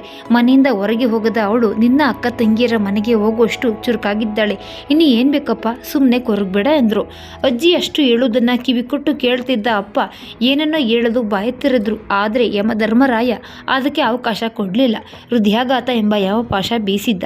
ಅಪ್ಪ ಎದೆ ಹಿಡಿದುಕೊಂಡು ಕೆಳಗೆ ಬಿದ್ರು. ಅಜ್ಜಿ ಶಶಿ ಎನ್ನುತ್ತಾ ಕಿರ್ಚಿಕೊಂಡು ಅಪ್ಪನ ಬಳಿ ಬಂದ್ರು. ಅಮ್ಮ, ಎಷ್ಟು ದಿನ ಮೋಸ ಮಾಡದಿದ್ರು ಈಗ ಮೋಸ ಮಾಡ್ಬಿಟ್ಟೆ. ನನ್ನ ಹೆಂಡತಿ ಮಕ್ಕಳು ಅನಾಥರಾಗ್ಬಿಟ್ರು. ಅವರನ್ನ ಚಂದವಾಗಿ ನೋಡ್ಕೊಳ್ಳಿ, ಮಕ್ಕಳನ್ನ ಚೆನ್ನಾಗಿ ಓದಿಸಿ, ಮಕ್ಕಳಿಗೆ ಅಮ್ಮನನ್ನ ಚೆನ್ನಾಗಿ ಪ್ರೀತಿಯಿಂದ ನೋಡ್ಕೊಳ್ಳಲು ಹೇಳಿ ಎನ್ನುತ್ತಾ ಅಲ್ಲಿಯೇ ಮಲಗ್ಬಿಟ್ರು. ಅಜ್ಜಿ ಮಾವನಿಗೆ ಫೋನ್ ಮಾಡಿ ಕರೆದ್ರು.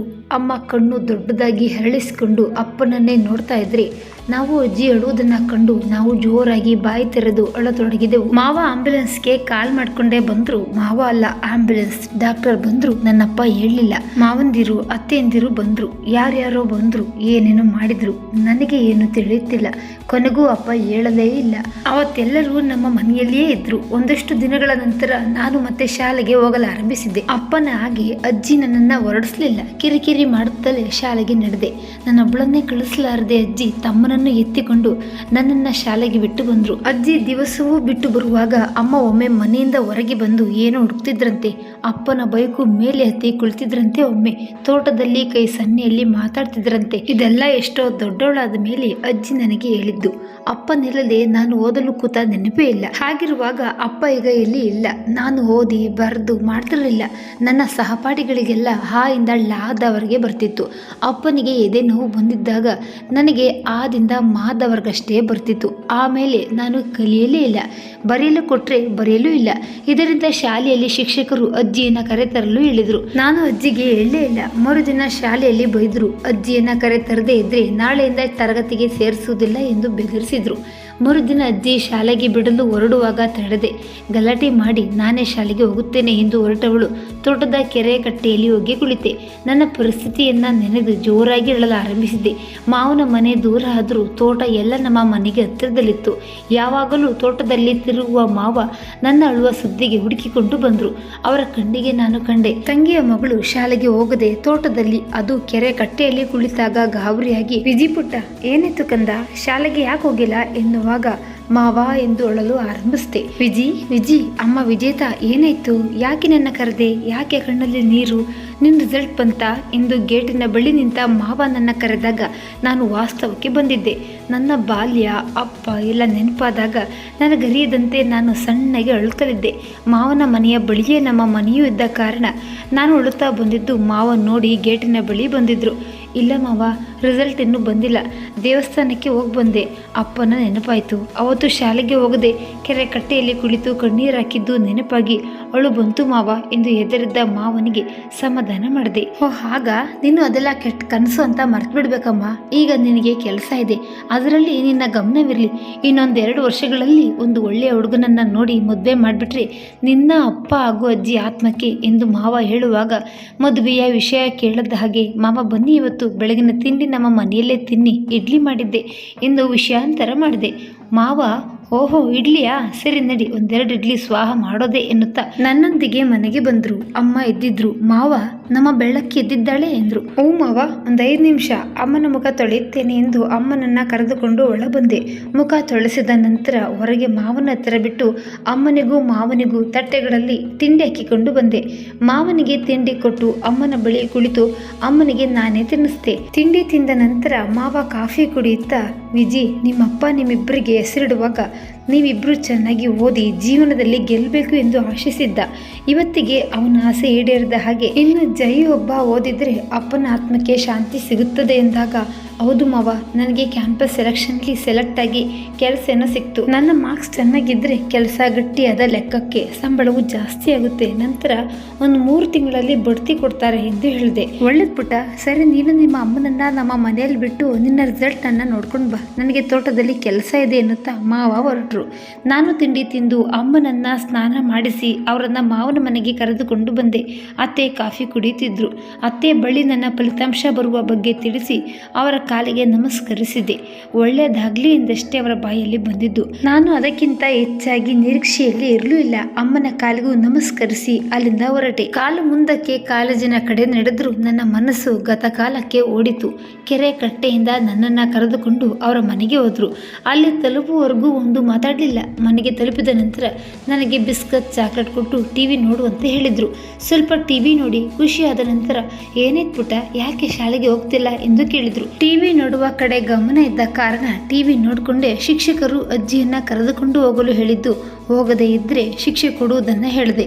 ಮಾವ ಒಂದೆರಡು ಕ್ಷಣ ಆಲೋಚಿಸಿ, ಸರಿ ನೀನು ಟಿವಿ ನೋಡ್ತಾ ಇರು ಎಂದು ಹೇಳಿ ಹೊರಗಡೆ ಹೋದ್ರು. ಹೊರ ಹೋದ ಮಾವ ಹೋಗಿದ್ದು ನನ್ನ ಶಾಲೆಗೆ. ಶಾಲೆಯಲ್ಲಿ ಎಲ್ಲ ಶಿಕ್ಷಕರು ಸೇರಿ ಓದ್ತಿಲ್ಲ, ಬರೆಯುತ್ತಿಲ್ಲ, ಸಮವಸ್ತ್ರವನ್ನ ಶಿಸ್ತಿನಿಂದ ಆಗ್ತಿಲ್ಲ, ಶುಭ್ರವಾಗಿ ಇಲ್ಲ, ಎಲ್ಲರೊಡನೆಯೂ ಜಗಳ, ಅವರಿಬ್ಬರ ಸಣ್ಣ ಪುಟ್ಟ ವಸ್ತುಗಳನ್ನ ತೆಗೆಯುತ್ತಾಳೆ ಎಂದೆಲ್ಲ ದೂರಿನ ಕಟ್ಟುಗಳನ್ನ ಮುಂದೆ ಗುಡ್ಡೆ ಹಾಕಿದ್ರು.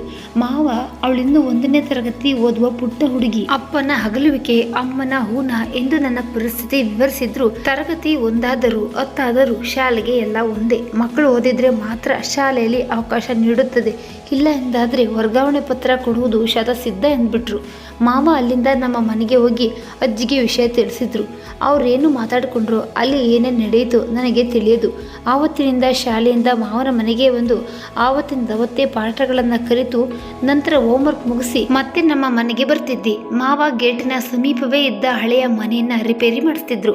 ಹೊಸ ಮನೆ ಕಟ್ಟಿದ ನಂತರ ಮಾವ ತಮ್ಮ ಹಳೆಯ ಮನೆಯಲ್ಲಿ ಒಣಗಿದ ತೆಂಗಿನಕಾಯಿ, ಭತ್ತದ ಮೂಟೆ, ಹೀಗೆ ಅವರ ವ್ಯವಸಾಯದ ಉತ್ಪನ್ನ ಹಾಗೂ ಉಪಕರಣ ಇಡಲು ಬಳಸ್ತಿದ್ರು. ಅದಕ್ಕೆಲ್ಲ ಒಂದು ದೊಡ್ಡ ಗೋದಾಮು ಕಟ್ಟಿಸಿ 2 ಕೋಣೆಗಳಿರುವ ಮನೆಗೆ ಮತ್ತೊಂದು ಕೋಣೆ ಕಟ್ಟಿಸಿ ಹೊಸ ಮನೆಯನ್ನಾಗಿ ಪರಿವರ್ತನೆ ಮಾಡಿದ್ರು. ಅಷ್ಟರಲ್ಲಿ ನನ್ನ 1ನೇ ತರಗತಿ ಮುಗೀತು. ಅಜ್ಜಿ, ಅಮ್ಮ, ನಾನು, ತಮ್ಮ ಎಲ್ಲ ಈಗ ಮಾವನ ಹಳೆಯ ಮನೆಗೆ ವಾಸಿಸಲು ಆರಂಭಿಸಿದೆವು. ನಾನು ಹೋಗ್ತಿದ್ದ ಖಾಸಗಿ ಶಾಲೆ ಅಲ್ಲಿಂದ ದೂರ ಎಂದು ಹತ್ತಿರವೇ ಇದ್ದ ಸರ್ಕಾರಿ ಶಾಲೆಗೆ ನನ್ನನ್ನು ಸೇರಿಸಿದ್ರು. ಅಲ್ಲಿಂದ ಅಪ್ಪನಿಲ್ಲದ ಜೀವನ ಹೇಗೆ ಎಂಬುದು ತಿಳಿಯಲಾರಂಭಿಸಿತು. ಅಪ್ಪ ನಮಗೆ ಯಾರಿಗೂ ಏನನ್ನು ಕಡಿಮೆ ಮಾಡಿರಲಿಲ್ಲ. ನಾವು ಬಯಸಿದ್ದೆಲ್ಲ ನಮಗೆ ಸಿಕ್ತಿತ್ತು. ಜಮೀನು, ತೋಟ ಎಲ್ಲ ಮಾವ ಕೊಟ್ಟಿದ್ದಾದ್ರೂ ಅಪ್ಪ ಶ್ರಮಜೀವಿಯಾಗಿದ್ರು. ಚೆನ್ನಾಗಿ ದುಡಿದು ಒಳ್ಳೆಯ ಫಸಲು ತೆಗೆಯುತ್ತಿದ್ರು, ಲಾಭ ಪಡೆಯುತ್ತಿದ್ರು. ನಮ್ಮ ಭವಿಷ್ಯದ ಬಗ್ಗೆ ಚಿಂತಿಸಿ ಉಳಿತಾಯ ಮಾಡ್ತಿದ್ರು. ನಮಗೆ ತಿನ್ನಲು, ಹಾಡಲು, ಬಟ್ಟೆ ಹೀಗೆ ಯಾವುದಕ್ಕೂ ಕಡಿಮೆ ಮಾಡಿರಲಿಲ್ಲ. ಅಪ್ಪನ ನಂತರ ನಮಗೆ ಅಪ್ಪ ನೀಡಿದ ರಾಜ ವೈಭವ ಇರಲಿಲ್ಲ. ಅಜ್ಜಿ ಅವರ ಕೈಲಾದಾಗೆ ಬೇಯಿಸಿ ಹಾಕ್ತಿದ್ರು, ಅದು ನಮಗೆ ಸೇರ್ತಿರಲಿಲ್ಲ. ಅಜ್ಜಿಯ ಬಳಿ ಜಗಳಾಡ್ತಿದ್ದೆವು. ರುಚಿಯಾದ ತಿಂಡಿ ತಿನಿಸುಗಳು ಬೇಕೆಂದು ಗೋಗರೆಯುತ್ತಿದ್ದೆವು. ಅಪ್ಪ ಇದ್ದಾಗ ಬಗೆ ಬಗೆಯ ತಿಂಡಿ ಮನೆಯಲ್ಲಿ ಮಾಡ್ತಿದ್ರು, ಇಲ್ಲವೇ ಬೇಕರಿ, ಹೋಟೆಲ್ಗಳಿಂದ ತಂದು ಕೊಡ್ತಿದ್ರು. ಅಪ್ಪ ಕೂಡಿಟ್ಟ ಹಣ ನಮ್ಮ ಭವಿಷ್ಯಕ್ಕೆ ಇರಲಿ ಎಂದು ಮಾವಂದಿರೆಲ್ಲ ನಿರ್ಧರಿಸಿದ್ದರಿಂದ ದಿನನಿತ್ಯದ ಖರ್ಚುಗಳಿಗೆ 4 ಮಾವಂದಿರು ಸ್ವಲ್ಪ ಹಣ ಕೊಡ್ತಾ ಇದ್ರು. ಅದರಿಂದ ನಮ್ಮ ಜೀವನ ನಡೀಬೇಕಿತ್ತು. ಹಾಗಾಗಿ ಅಜ್ಜಿ ಕೈ ಬಿಗಿ ಮಾಡಿದ್ರು. 3 ಹೊತ್ತು ಹೊಟ್ಟೆ ತುಂಬಿದ್ರು ಬಾಯಿ ಚಪ್ಪಲ ಇನ್ನು ಏನೇನೋ ಬಯಸ್ತಿತ್ತು. ಮೈ ಮುಚ್ಚಲು ಬಟ್ಟೆ ಇದ್ರು ಮನಸ್ಸು ಆಡಂಬರ ಆಶಿಸ್ತಿತ್ತು. ಸರ್ಕಾರಿ ಶಾಲೆಯ ಸಣ್ಣ ಶುಲ್ಕವನ್ನ ಮಾವ ಕಟ್ಟಿ ಪುಸ್ತಕ, ಪೆನ್ಸಿಲ್, ರಬ್ಬರ್ ಹೀಗೆ ಬೇಕಾದ ವಸ್ತುಗಳನ್ನ ಕೊಡಿಸಿದ್ರು. ನಮಗೆ ಬಣ್ಣದ ತರಾವರಿ ಪೆನ್ನು, ಪೆನ್ಸಿಲ್ನ ಮೇಲೆ ಕಣ್ಣು. ಹೀಗೆ ನಮ್ಮ ಆಸೆಗಳ ಪಟ್ಟಿ ಬೆಳೆಯುತ್ತಲಿತ್ತು. ಆದರೆ ಆಸೆ ತೀರುವ ದಾರಿ ಇರಲಿಲ್ಲ. ಆದರೂ ನಮ್ಮ ಆಸೆಯನ್ನ ತೀರಿಸಿಕೊಳ್ಳುವ ದಾರಿ ಹುಡುಕ್ತಿದ್ದೆವು. ದಾರಿಯೂ ಸಿಕ್ಕಿತು. ಅಂದು ದೊಡ್ಡ ಮಾವನ ಮನೆಗೆ ಸಣ್ಣ ಮಾವಂದಿರು 3 ಜನ ಹಾಗೂ ಅವರ ಸಂಸಾರ ಎಲ್ಲರೂ ಬಂದಿದ್ರು. ಬರುವಾಗ ಎಲ್ಲರೂ ತಿಂಡಿ ತಿನಿಸುಗಳನ್ನು ತಂದಿದ್ರು. ಅವರಿದ್ದಷ್ಟು ದಿನ ನಮ್ಮೆಲ್ಲರ ಊಟ ತಿಂಡಿ ಎಲ್ಲ ಮಾವನ ಮನೆಯಲ್ಲಿಯೇ ಆಗಿದ್ದಿತ್ತು. ಅತ್ತೆಯವರು ತಂದ ತಿಂಡಿ ತಿನಿಸುಗಳನ್ನು ನಮಗೆ ಕೊಟ್ಟರು. ನಮ್ಮ ಆಸೆ ಮುಗಿಯದಷ್ಟು ಅದಕ್ಕೆ ಸಮಯ ಸಾಧಿಸಿ ಅಡುಗೆ ಕೋಣೆಗೆ ನುಗ್ಗಿ ನಮಗೆ ಬೇಕಾದ ತಿಂಡಿ ಕದ್ದು ತಿಂದೆವು. ಕದ್ದ ವಸ್ತುವಿನ ರುಚಿ ನಮಗೆ ಸಿಕ್ಕಿತು. ಅದಾದ ನಂತರ ಹಲವು ಬಾರಿ ಕದ್ದು ತಿಂದೆವು. ತಿನ್ನಲು ದಾರಿ ಸಿಕ್ಕಿತು. ಇನ್ನು ಸಣ್ಣ ಪುಟ್ಟ ವಸ್ತುಗಳ ಮೇಲೆ ನಮ್ಮ ಕಳ್ಳ ಕಣ್ಣು ಬಿತ್ತು. ಸಹಪಾಠಿಗಳ ಬಣ್ಣದ ಪೆನ್, ಪೆನ್ಸಿಲ್, ರಬ್ಬರ್ ನಮ್ಮ ಬ್ಯಾಗ್ ಮೂಲಕ ಮನೆಗೆ ಬರಲಾರಂಭಿಸಿತು. ಶಾಲೆಯ ಹೊರಗೆ ಬಟಾಟೆ, ಐಸ್ ಕ್ಯಾಂಡಿ ಮಾರೋರ ಕಿಸೆ ಅಜ್ಜಿಯ ಪೆಟ್ಟಿಗೆಯಲ್ಲಿದ್ದ ದುಡ್ಡಿಂದ ತುಂಬಲಾರಂಭಿಸಿತ್ತು. ಅತ್ತೆಗೆ ತಿಂಡಿ ತಿನಿಸುಗಳು ಕಮ್ಮಿ ಆಗ್ತಿರುವುದು ಗೊತ್ತಾದರೂ ಹೇಗೆ ಕಮ್ಮಿ ಆಯಿತು ಎಂದು ಗೊತ್ತಾಗ್ತಿರಲಿಲ್ಲ. ಕಳ್ಳತನದ ಆಯಸ್ಸು ಕಡಿಮೆ. ಒಮ್ಮೆ ನಾನು ಅತ್ತೆಯ ಉಗುರು ಬಣ್ಣವನ್ನ ಕದ್ದು ಹಾಕೊಂಡಿದ್ದೆ. ಅತ್ತೆಗೆ ಹಾಕಿಕೊಂಡಾಗ ಗೊತ್ತಾಗ್ಲಿಲ್ಲ. ಅವರು ಕೋಣೆಗೆ ನುಗ್ಗುವಾಗ ಉಗುರು ಬಣ್ಣದ ಘಾಟು ಮೂಗಿಗೆ ಬಡಿಯಿತು. ಚೆಲ್ಲಿದ್ಯಾ ಎಂದು ಪರಿಶೀಲಿಸಿದ್ರೆ ಚೆಲ್ಲಿದ ಕುರುಹುಗಳು ಇಲ್ಲ. ವಾಸನೆ ಆದರೂ ಯಾಕೆ ಬಂತು ಎಂದು ಯೋಚಿಸುವಾಗ ಮಾವ ಕರೆದ್ರು. ಅತ್ತೆ ಅಲ್ಲಿಂದ ಹೋದ್ರು. ಉಗುರು ಬಣ್ಣ ಮೂಡಿಸಿದ ಸಂಶಯ ಮಾತ್ರ ಮನದಿಂದ ಹೋಗಲಿಲ್ಲ. ಮರುದಿನ ಹಿಂದಿನಂತೆ ಶಾಲಾ ಕೆಲಸ ಮಾಡಲು ಮಾವನ ಮನೆಗೆ ಹೋದಾಗ ಅತ್ತೆ ನನ್ನ ಕೈಯ ಉಗುರು ಬಣ್ಣ ಕಂಡ್ರು. ಅವರಿಗೆ ಕೋಣೆಯಲ್ಲಿ ಬಂದ ಘಾಟಿನ ಬಗ್ಗೆ ತಿಳಿದೋಗಿತ್ತು. ಒಮ್ಮೆಲೆ ಕೇಳಲಿಲ್ಲ, ಬದಲಿಗೆ ನನ್ನನ್ನ ತಮ್ಮನನ್ನ ಗಮನಿಸಲಾರಂಭಿಸಿದ್ರು. 4-5 ಬಾರಿ ಕದ್ದ ನಂತರ ಒಮ್ಮೆ ಕದ್ದ ಮಾಲಿನ ಸಮೇತ ಹಿಡಿದುಕೊಂಡಿದ್ರು. ಯಾವುದೋ ಸಮಾರಂಭಕ್ಕೆ ಮಾಡಿಸಿದ್ದ ಕಾಯಿ ಬಾಯಿಯೊಳಗೆ ಕದ್ದಿದ್ದೆ. ತಮ್ಮಂಗೆರಡು ನನಗೆರಡು ತೆಗೆದುಕೊಂಡು ಒಂದು ತುಂಡು ಬಾಯಲ್ಲಿ ಇಟ್ಕೊಂಡು ಹೊರ ಬರುವಾಗ ಅತ್ತೆ ನನ್ನನ್ನ ತಡೆದಿದ್ರು. ಬಾಯಲ್ಲಿ ಲಂಗದಲ್ಲಿ ಕದ್ದ ಹೋಳಿಗೆ ನುಂಗಲು ಮರೆತು ಗರ ಬಡಿದವರಾಗೆ ನಿಂತಿದ್ದೆ. ನನ್ನನ್ನ ಹಾಗೆ ಮಾವನ ಬಳಿ ಎಳೆದುಕೊಂಡು ಹೋದ್ರು. ನನ್ನ ಕಣ್ಣಲ್ಲಿ ನೀರು ತುಂಬಿ ಹರಿಯಲಾರಂಭಿಸಿತ್ತು. ಸಿಕ್ಕಿ ಹಾಕಿಕೊಂಡದ್ದಕ್ಕೋ ಮಾವನ ಭಯಕ್ಕೋ ಎದರಿ ನಡುಗ್ತಿದ್ದೆ. ಮಾವನಿಗೆ ನನ್ನ ಪರಿಸ್ಥಿತಿ ಅರ್ಥವಾಗಿತ್ತು. ಆ ಕ್ಷಣಕ್ಕೆ ಬೈಯದೆ ಮತ್ತೆರಡು ಹೋಳಿಗೆ ಕೊಟ್ಟು ಮನೆಗೆ ಕಳಿಸಿದ್ರು. ಅತ್ತೆ ಜೋರಾಗಿಯೇ ಗೊಣಗುವುದು ಕೇಳಿಸಿತ್ತು. ಒಬ್ಳನ್ನ ನೋಡಿಕೊಳ್ಳಲು ಕಷ್ಟ ಎಂದು ಮದುವೆ ಮಾಡಿಕೊಟ್ರೆ ಅವಳ ಜೊತೆ ಮತ್ತೆರಡು ಸೇರಿಕೊಂಡವು. ಒಟ್ಟಿನಲ್ಲಿ ನನ್ನ ಗ್ರಹಚಾರ ಹೀಗೆ ಏನೇನೋ ಹೇಳ್ತಿರುವಾಗ ಮಾವಾಗದರೆ ಸುಮ್ಮನಾಗಿಸಿದ್ರು. ಮನೆಗೆ ಹೋಗುವಾಗ ನನಗೆ ಪಶ್ಚಾತ್ತಾಪ ಇರಲಿಲ್ಲ. ಬದಲಿಗೆ ಅವಮಾನ, ನೋವು, ನಡುವೆ ಬಿಟ್ಟು ಹೋದ ಅಪ್ಪನ ಮೇಲೆ ಸಿಟ್ಟು, ಆಸೆ ಪಟ್ಟಿದ್ದು ಸಿಗದ ಹತಾಶೆ, ಮುಂದೇನು ಅನ್ನೋ ಆತಂಕ ಎಲ್ಲ ಸೇರಿ ಕಣ್ಣೀರ ರೂಪದಲ್ಲಿ ಹೊರ ಬಂದಿತ್ತು. ಆದರೂ ಕಳ್ಳತನ ತಪ್ಪು ಎಂದು ನನಗನ್ನಿಸ್ಲಿಲ್ಲ. ನನ್ನ ಕಣ್ಣೀರನ್ನ ನೋಡಿ ಅಜ್ಜಿ ಎದರೆದಳು. ಅಪ್ಪ ಇಲ್ಲದ ಮಗುವಿಗೆ ಯಾರು ಏನ್ ಮಾಡಿದ್ರು ಎಂದು. ಅಪ್ಪು ಏನಾಯ್ತಪ್ಪು, ನನ್ನ ಬಂಗಾರಪ್ಪು ಯಾಕೆ ಅಳ್ತಾ ಇರೋದು ಎಂದು ಮುದ್ದಿನಿಂದಲೇ ಕೇಳಿದ್ರು. ನಾನು ಗರ್ವದಿಂದ ಸೆಟೆದು ಕುಳಿತೇ ವಿನಃ ಬಾಯಿ ಬಿಡ್ಲಿಲ್ಲ. ಅಜ್ಜಿ ಮಾವನ ಮನೆಗೆ ಹೋದ್ರು. ಮಾವ ಪರಿಸ್ಥಿತಿ ವಿವರಿಸಿ ನನಗೆ ಬೈಯದಿರುವಂತೆಯೂ ನಿಧಾನವಾಗಿ ತಿಳಿ ಹೇಳುವಂತೆ ಹೇಳಿ ಕಳುಹಿಸಿದ್ರು. ಆದರೆ ಅತ್ತೆಗೆ ಅಲ್ಲಿಂದ ನನ್ನ ಮೇಲೆ ಆಗಲಿ ತಮ್ಮನ ಮೇಲೆ ಆಗಲಿ ಪ್ರೀತಿ ಉಳಿದಿರಲಿಲ್ಲ. ಆದರೆ ವಿಧಿ ಇಲ್ಲದೆ ನಮ್ಮನ್ನ ಸಹಿಸಿಕೊಂಡಿದ್ರು ಅಷ್ಟೇ. 2 ದಿನ ಸುಮ್ಮನಾಗಿ ಮತ್ತೆ ಕದಿಯಲು ಆರಂಭಿಸಿದ್ದೆ. ತಮ್ಮ ಚಿಕ್ಕವನಾದ ಕಾರಣ ನಾನು ಹೇಳಿದಂತೆ ಕೇಳ್ತಿದ್ದ. ಅದು 4ನೇ ತರಗತಿಯ ಕೊನೆಯ ತಿಂಗಳು. ನಾನು ತರಗತಿಯಲ್ಲಿ ಸಹಪಾಠಿಯ ಚಂದವಾದ ಪೆನ್ಸಿಲ್ ಬಾಕ್ಸ್ ಅನ್ನ ಕದ್ದಿದ್ದೆ. ಅವಳು ಶಿಕ್ಷಕರ ಬಳಿ ದೂರಿದಳು. ಶಿಕ್ಷಕರು ಎಲ್ಲರ ಪಾಟಿ ಚೀಲಗಳಲ್ಲಿ ಹುಡುಕುವಾಗ ನನ್ನ ಚೀಲದಲ್ಲಿ ಸಿಕ್ಕಿತು.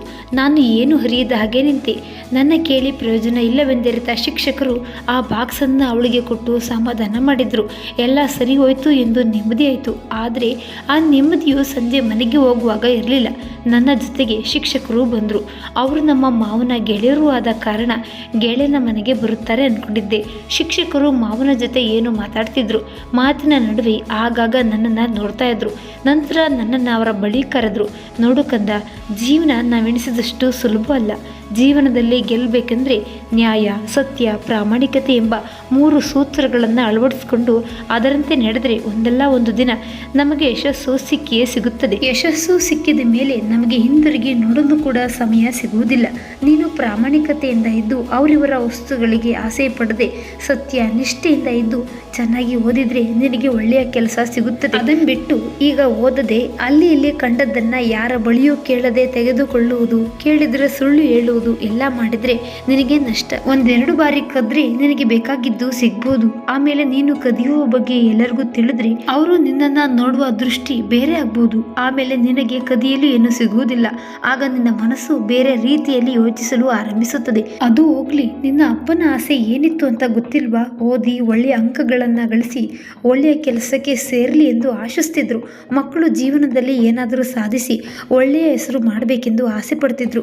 ನೀನು ಹೆಸರು ಮಾಡುವ ರೀತಿ ಇದೇನಾ? ಅಪ್ಪ ಮೇಲಿಂದ ನಿನ್ನ ನೋಡ್ತಿದ್ದಾರೆ. ಅವ್ರಿಗೆ ಎಷ್ಟು ಬೇಸರವಾಗಿದೆಯೋ. ನೀನು ಕೆಟ್ಟ ಬುದ್ಧಿ ಕಲಿಯುವುದಲ್ಲದೆ ತಮ್ಮನಿಗೂ ಹೇಳ್ಕೊಡ್ತಿದ್ದೀಯ. ಇದು ಒಳ್ಳೆಯದಲ್ಲ. ನೀನು ಉದ್ಧಾರವಾಗಿ ತಮ್ಮನನ್ನು ಉದ್ಧಾರ ಮಾಡು ಎಂದು ಬುದ್ಧಿ ಹೇಳಿದ್ರು ಮಾವ ಹಾಗೂ ಗುರುಗಳು. ಅವರು ಮಾತನಾಡುವಷ್ಟು ಹೊತ್ತು ನಾನು ಅವರ ಮಾತು ಕೇಳ್ತಿದ್ದೆ. ಮೊದಲು ತಾಸಾರ ತೋರಿದ್ರು. ಅವರು ಅಪ್ಪನ ಬಗ್ಗೆ ಹೇಳುವಾಗ ನನಗೆ ನನ್ನ ತಪ್ಪಿನ ಅರಿವಾಯಿತು. ಮನದಲ್ಲೇ ದೃಢ ನಿರ್ಧಾರ ಮಾಡಿದೆ. ನನ್ನ ಗುರಿ ಏನಿದ್ದರೂ ಅಪ್ಪನ ಕನಸನ್ನ ನನಸು ಮಾಡುವುದೊಂದೇ ಎಂದು. ಅಂದಿನಿಂದ ಇಂದಿನವರೆಗೂ ನನ್ನ ಗಮನ ನನ್ನ ಓದಿನೆಡೆಗೆ ಇತ್ತು. ಜೊತೆಗೆ ಅಜ್ಜಿಗೂ ತೊಂದರೆ ಕೊಡದೆ ಮನೆ ಕೆಲಸಗಳಲ್ಲಿ ಸಹಾಯ ಮಾಡಿ ತಮ್ಮನಿಗೂ ಓದಲು ಪ್ರೇರೇಪಿಸಿ ಮನೆಯ ಮುಕ್ಕಾಲು ಪಾಲು ಜವಾಬ್ದಾರಿ ಹೊತ್ತು ಮಾವನ ಮನೆಯಲ್ಲಿಯೂ ಅತ್ತೆಗೆ ಸಹಾಯ ಮಾಡ್ತಿದ್ದೆ. ಏನೇ ಮಾಡಿದ್ರೂ ಅತ್ತೆಯ ಮನದಲ್ಲಿ ನನ್ನ ಮೇಲೆ ಪ್ರೀತಿ ಮೂಡಲಿಲ್ಲ. ನಾನು ಅದನ್ನೆಲ್ಲ ಮನಸ್ಸಿಗೆ ತೆಗೆದುಕೊಳ್ಳದೆ ನನ್ನ ಕೆಲಸ ನಾನು ಮಾಡಿಕೊಂಡಿದ್ದೆ. ಹೀಗೆ ನಾನು 10ನೇ ತರಗತಿ ಪ್ರವೇಶ ಮಾಡಿ ಮುಗಿಸ್ದೆ. ಇದುವರೆಗೂ ಶಾಲೆಯಲ್ಲಿ ನಾನೇ ಪ್ರಥಮ ಬರ್ತಿದ್ದೆ. ಹಳ್ಳಿಯ ಸರ್ಕಾರಿ ಶಾಲೆ ಆದರೂ ಪಟ್ಟಣದ ಖಾಸಗಿ ಶಾಲೆಗಳಿಗಿಂತಲೂ ಏನು ಕಡಿಮೆ ಇರಲಿಲ್ಲ. ಒಳ್ಳೆಯ ಶಿಕ್ಷಕರು, ಉತ್ತಮ ಗುಣಮಟ್ಟದ ಶಿಕ್ಷಣ, ಅದರಲ್ಲೂ ನನ್ನನ್ನು ಗದರದೆ ನನ್ನ ತಪ್ಪನ್ನು ತಿದ್ದಿ ಸನ್ಮಾರ್ಗದಲ್ಲಿ ನಡೆಯುವಂತೆ ಮಾಡಿದ ನನ್ನ ಗುರುಗಳ ಅತ್ಯುನ್ನತ ಮಾರ್ಗದರ್ಶನ ಇವೆಲ್ಲವೂ ಸೇರಿ ನಾನು SSLC ಪರೀಕ್ಷೆಯಲ್ಲಿ ರಾಜ್ಯಕ್ಕೆ ಪ್ರಥಮ ಬಂದಿದ್ದೆ. ನನ್ನ ಫಲಿತಾಂಶ ನೋಡಿ ನನಗೆ ಮಾರ್ಗದರ್ಶನ ನೀಡಿದ ಗುರುಗಳು ಸಂತೋಷದಿಂದ ಕಣ್ಣೀರು ಹಾಕಿದ್ರು. ಇದು ನನ್ನ ಬಾಳಿನ ಮೊದಲ ಗೆಲುವು ಆಗಿತ್ತು. ಮನೆಯಲ್ಲಿ ಅಜ್ಜಿಯಂತೂ ನನ್ನನ್ನು ತಬ್ಬಿ ಗಳಗಳನ್ನು ಎತ್ತಿದ್ರು. ಮಾವನ ಬಳಿ ಹೇಳಿ ನಾನು ಚಿಕ್ಕವಳಿರಬೇಕಾದ್ರೆ ಆಸೆ ಪಡ್ತಿದ್ದ ಕೇಕ್ ತರಿಸ್ಕೊಟ್ರು. ಆದರೆ ತಿನ್ನುವ ಆಸೆ ಅಂದೇ ಸತ್ತು ಹೋಗಿತ್ತು. ಅಜ್ಜಿಯ ಮನಸ್ಸಿಗೆ ನೋವು ಮಾಡೋದು ಇಷ್ಟವಿಲ್ಲದೆ ಸುಮ್ಮನಾದೆ. PUCಯಲ್ಲಿ ಡಾಕ್ಟರ್ ಆಗಬೇಕೆಂಬ ಆಸೆಯಲ್ಲಿ ವಿಜ್ಞಾನ ವಿಭಾಗ ಆರಿಸ್ಕೊಂಡೆ. ಕನ್ನಡ ಮಾಧ್ಯಮ ಶಾಲೆಯಿಂದ ಬಂದ ನನಗೆ ಆಂಗ್ಲ ಭಾಷೆಯಲ್ಲಿ ಕಲಿಯಲು ಕಷ್ಟ ಆದರೂ ಛಲ ಬಿಡದೆ ಕುಳಿತು ಕಲಿತೆ. ನನ್ನ ಶ್ರಮಕ್ಕೆ ತಕ್ಕ ಹಾಗೆ 2ನೇ PUCಯಲ್ಲಿ ರಾಜ್ಯಕ್ಕೆ 6ನೇ ಸ್ಥಾನ ಬಂದಿದ್ದೆ. CET ಪರೀಕ್ಷೆ ಬರೆದೆ. ಅದರಲ್ಲೂ 69ನೇ ಸ್ಥಾನ ನನ್ನದಾಗಿತ್ತು. PUCಯ ಆರಂಭದಲ್ಲಿ ಡಾಕ್ಟರ್ ಆಗುವ ಆಸೆ ಹೊತ್ತ ನನಗೆ ಮುಕ್ತಾಯದ ಹೊತ್ತಿಗೆ ನನ್ನ ಆಸಕ್ತಿ ವ್ಯವಹಾರದ ವಿಷಯಗಳ ಮೇಲೆ ಆರಂಭವಾಗಿತ್ತು. ಯಾರೇನು ಹೇಳಿದ್ರು ಕೇಳದೆ ಪದವಿಯಲ್ಲಿ BBM ವಿಷಯಗಳನ್ನು ಓದಲು ಇಚ್ಛಿಸಿದ್ದೆ. ಮಾವ ದುಡ್ಡಿನ ಬಗ್ಗೆ ಚಿಂತಿಸ್ತಿದ್ದೆ ಎಂದುಕೊಂಡು ನನ್ನ ವಿದ್ಯಾಭ್ಯಾಸಕ್ಕಾಗಿ ಅಪ್ಪ ಮಾಡಿದ ಇನ್ಶೂರೆನ್ಸ್ ಪಾಲಿಸಿಗಳನ್ನು ತೋರಿಸಿದ್ರು. ಆದರೂ ನನ್ನ ಮನಸ್ಸು ಬದಲಾಗಲಿಲ್ಲ. ನನ್ನ ಇಚ್ಛೆಯಂತೆ ನಾನು BBM ಮಾಡಿದೆ. ನಂತರ ಸ್ನಾತಕೋತ್ತರ ಪದವಿಯಲ್ಲಿ ಮಾರ್ಕೆಟಿಂಗ್ ಮ್ಯಾನೇಜ್ಮೆಂಟ್ ಸ್ಟಡೀಸ್ ಅಲ್ಲಿ ಆಸಕ್ತಿ ಇದ್ದ ನಾನು ಅದನ್ನೇ ಆರಿಸಿಕೊಂಡು ಓದ್ದೆ. 2ನೇ ವರ್ಷದ ಕೊನೆಯ ಹೊತ್ತಿಗೆ ಒಂದು ಪ್ರಸಿದ್ಧ ಕಂಪನಿಯ ಕ್ಯಾಂಪಸ್ ಸಂದರ್ಶನದಲ್ಲಿ ಆಯ್ಕೆಯಾಗಿ ಕೆಲಸವೂ ಸಿಕ್ಕಿತ್ತು. ಪರೀಕ್ಷೆಯಲ್ಲಿ ಉತ್ತಮ ಅಂಕಗಳು ದೊರೆತರೆ ನನಗೆ ನನ್ನ ಕೆಲಸದಲ್ಲಿ ಬಡ್ತಿಯು ಸಿಕ್ಕಿ ಸಂಬಳ ಜಾಸ್ತಿ ಆಗೋದ್ರಲ್ಲಿತ್ತು. ಇಷ್ಟೆಲ್ಲ ಆಲೋಚಿಸುತ್ತಾ ನಡೆದವಳಿಗೆ ಕಾಲೇಜು ಬಂದಿದೆ ತಿಳಿಲಿಲ್ಲ. ಗೆಳತಿಯರೆಲ್ಲ ವಿಜಿ ಎಂದು ನನ್ನ ಸುತ್ತುವರೆದಾಗ್ಲೇ ನಾನು ಕಾಲೇಜು ತಲುಪಿದ್ದು ಅರಿವಾಯಿತು. ಏ ವಿಜಿ, ಅಂತೂ ನಿನ್ ಪಗಾರ 6 ಅಂಕಿಗೆ ಏರ್ತು. ಒಮ್ಮೆ ಆದ್ರೂ ಒಳ್ಳೆಯ ಹೋಟೆಲ್ನಲ್ಲಿ ಊಟ ಕೊಡಿಸ್ಬೇಕು ನೀನು ಎಂದು ಗೆಳತಿ ಸ್ವಪ್ನ ಹೇಳುವಾಗ ನಾನು ನಗುತ್ತಾ, ಅಮ್ಮ ತಾಯಿ, ನಾನು ಮೊದಲು ನನ್ನ ರಿಸಲ್ಟ್ ನೋಡಬೇಕು ಎಂದು ಅವಳನ್ನ ಕರೆದುಕೊಂಡು ಫಲಿತಾಂಶದ ಬೋರ್ಡ್ ಕಡೆ ನಡೆದೆ. ಸ್ವಲ್ಪ ಮುಂದೆ ನಡೆಯುವಾಗ ನನ್ನ ಉಳಿದ ಸಹಪಾಠಿಗಳೆಲ್ಲ, ಕಂಗ್ರಾಟ್ಸ್ ವಿಜಿ, ಅಂತೂ ನಿನ್ನ ಗುರಿ ಸಾಧಿಸ್ದೆ. ನೀನು ನಮ್ಮ ಕಾಲೇಜು ಮಾತ್ರ ಅಲ್ಲ, ಇಡೀ ಯೂನಿವರ್ಸಿಟಿಗೆ ಪ್ರಥಮ. ನಿನ್ನ ಸಾಧನೆಗೆ ಕಾಲೇಜಿನ ಎಲ್ಲ ಉಪನ್ಯಾಸಕರು ತುಂಬಾ ಖುಷಿಯಾಗಿದ್ದಾರೆ. ಹೋಗು, ಅವರನ್ನ ಮಾತಾಡ್ಸ್ಕೊಂಡ್ ಬಾ ಎಂದು ನನ್ನ ಫಲಿತಾಂಶ ತಿಳಿಸಿದ್ರು. ನಾನು ತುಂಬಾ ಖುಷಿಯಿಂದಲೇ ಪ್ರಾಂಶುಪಾಲರ ಕೊಠಡಿಗೆ ತೆರಳಿದೆ. ಅಲ್ಲಿ ಎಲ್ಲ ಉಪನ್ಯಾಸಕರು ನನ್ನ ಬಗ್ಗೆ ಮಾತಾಡ್ತಿದ್ರು. ನಾನು ಹೋದೊಡನೆ ಎಲ್ಲರೂ ಸಂತಸದಲ್ಲಿ ಸ್ವಾಗತಿಸಿದ್ರು. ಏನ್ರಿ ಮೇಡಮ್, ಅಂತೂ ನಿಮ್ಮ ಗುರಿ ತಲುಪಿದ್ರಿ.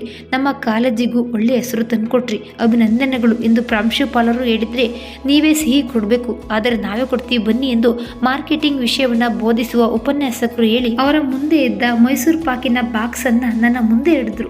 ನಾನು ಸಂಕೋಚದಲ್ಲೇ ಸಣ್ಣ ತುಂಡು ತೆಗೆದುಕೊಂಡೆ. ಅದನ್ನ ನೋಡಿ ಉಪನ್ಯಾಸಕರು, ಕೆಲಸಕ್ಕೆ ಹೋಗಿ 2 ತಿಂಗಳಾಯ್ತು, ಇನ್ನು ನಿಮ್ಮ ಸ್ವಭಾವ ಬದಲಾಗ್ಲೇ ಇಲ್ವಲ್ಲ. ಮಾರ್ಕೆಟಿಂಗ್ ಅಂದ್ರೆ ಸುಲಭ ಅಲ್ಲ, ಅದರಲ್ಲಿ ನೀವೀಗೆ ಸಂಕೋಚ ಪಡ್ಕೊಂಡ್ರೆ ಆಗೋಲ್ಲ, ಚುರುಕಾಗಿರ್ಬೇಕು ಎಂದ್ರು. ಖಂಡಿತ ಸರ್, ನಿಮ್ಮ ಮಾರ್ಗದರ್ಶನ ಬೇಕು. ಗುರಿ ಎರಡೂ ಇಲ್ಲದೆ ಜೀವನ ಸಾಗುವುದಿಲ್ಲ ಎಂದು ಹೇಳಿದೆ. ಅವರು, ಸರಿ ಕಣಮ್ಮ, ನಮ್ಮ ಆರೈಕೆ ಮಾರ್ಗದರ್ಶನ ಎಂದು ನಿನ್ನ ಮೇಲೆ ಇದ್ದೇ ಇರುತ್ತೆ ಎಂದರು. ಸರಿ ಸರ್, ನನ್ನ ಫಲಿತಾಂಶವನ್ನ ಮಾವನಿಗೆ ಹೇಳಬೇಕು, ಹಾಗೆ ಗೆಳತಿಯರನ್ನ ಮಾತಾಡ್ಸ್ಕೊಂಡು ಹೋಗ್ತೀನಿ ಎಂದು ಬಾಗಿಲ ಕಡೆ ತಿರುಗುವಾಗ ಪ್ರಾಂಶುಪಾಲರು, ವಿಜೇತ, ನಿಮಗೆ ಕಾಲೇಜು ವತಿಯಿಂದ ಒಂದು ಸನ್ಮಾನ ಸಮಾರಂಭ ಇಟ್ಕೊಂಡಿದ್ದೇವೆ, ಯಾವ ದಿನ ಎಂದು ಫೋನ್ ಮಾಡಿ ಹೇಳ್ತೀವಿ, ಖಂಡಿತ ಬಾರಮ್ಮ ಎಂದರು. ನಾನು, ಸರಿ ಸರ್, ಖಂಡಿತ ಬರ್ತೀನಿ, ಅದಕ್ಕಿಂತ ಹೆಚ್ಚಿನ ಸಂತೋಷ ಬೇರೇನಿದೆ, ಖಂಡಿತ ತಿಳಿಸಿ ಎಂದು ಅಲ್ಲಿಂದ ಹೊರ ಬಂದರೆ ಎಲ್ಲರೂ ನನ್ನನ್ನು ಅಭಿನಂದಿಸುವವರೆ. ನಾನು ಎಲ್ಲರ ಆರೈಕೆಯನ್ನ ಖುಷಿಯಿಂದ ನಗುಮುಖದಿಂದ ಸ್ವೀಕರಿಸಿದೆ. ಎಲ್ಲರೂ ಹೊಗಳಿದ್ರು ಎಂದೇನೂ ಇರಲಿಲ್ಲ. ಕೆಲವರಿಗೆ ಹೊಟ್ಟೆ ಕಿಚ್ಚು ಆಗಿತ್ತು. ಕಾಲೇಜಿನಲ್ಲಿ ನನ್ನೊಂದಿಗೆ ಸ್ಪರ್ಧಾತ್ಮಕ ಮನೋಭಾವ ಹೊಂದಿದ್ದ ಮನೋರಮಳಿಗೆ ನನ್ನ ಫಲಿತಾಂಶ ಹೊಟ್ಟೆ ಕಿಚ್ಚು ತಂದಿತ್ತು. ಸಣ್ಣ ಕಾರಣ ಸಿಕ್ಕಿದ್ರೂ ನನ್ನನ್ನು ಚುಚ್ಚಿ ಮಾತಾಡುವ ಅವಕಾಶ ಕಳೆದುಕೊಳ್ತಿರ್ಲಿಲ್ಲ. ಅವಕಾಶ ಸಿಗ್ಬೇಕೆಂದೇನಿಲ್ಲ, ಅವಳೇ ಅವಕಾಶವನ್ನ ಮಾಡಿಕೊಳ್ತಾ ಇದ್ದಳು. ಈಗಲೂ ಅವಳೇ ಅವಕಾಶ ಮಾಡಿಕೊಳ್ಳುತ್ತಾ, ನಿನಗೆ ನಮ್ಮ ಯೂನಿವರ್ಸಿಟಿ ಹತ್ತಿರವೇ ನಿನ್ನ ಮನೆ ಇದೆ, ಎಲ್ಲರ ಹಾಗೆ ಹಾಸ್ಟೆಲ್ನಲ್ಲಿ ಇರಬೇಕಾದ ಅಗತ್ಯ ಇಲ್ಲ, ಮನೆಯಲ್ಲಿ ಕುಳಿತು ಓದಲು ನಿನ್ನ ಮಾವ ಬೇಕಾದಷ್ಟು ಸೌಕರ್ಯ ಮಾಡಿಕೊಟ್ಟಿದ್ದಾರೆ, ಬೇಕಾದ ಹಾಗೆ ಸ್ಟಡಿ ಮೆಟೀರಿಯಲ್ ಕೊಡಿಸ್ತಾರೆ, ರ್ಯಾಂಕ್ ಬರೆದು ಇನ್ನೇನು ಎಂದು ಇನ್ನೂ ಏನು ಹೇಳಲು ಹೊರಟಳು. ಅವಳ ಮಾತನ್ನ ತಡೆದ ಸರಳ, ಏನೇ ಮನು, ಕಾಲೇಜ್ ಮುಗಿದ ಮೇಲೂ ಅಪರೂಪಕ್ಕೆ ಸಿಕ್ಕಿದ್ದಾಳೆ, ಅದರಲ್ಲೂ ಟಾಪ್ ರ್ಯಾಂಕರ್ ಬೇರೆ, ಅವಳ ಖುಷಿ ಯಾಕೆ ಹಾಳು ಮಾಡ್ತೀಯಾ, ಸ್ವಲ್ಪ ಬಾಯಿ ಮುಚ್ಚಕ್ಕಾಗಲ್ವಾ ಎಂದು ಗದರಿದಳು.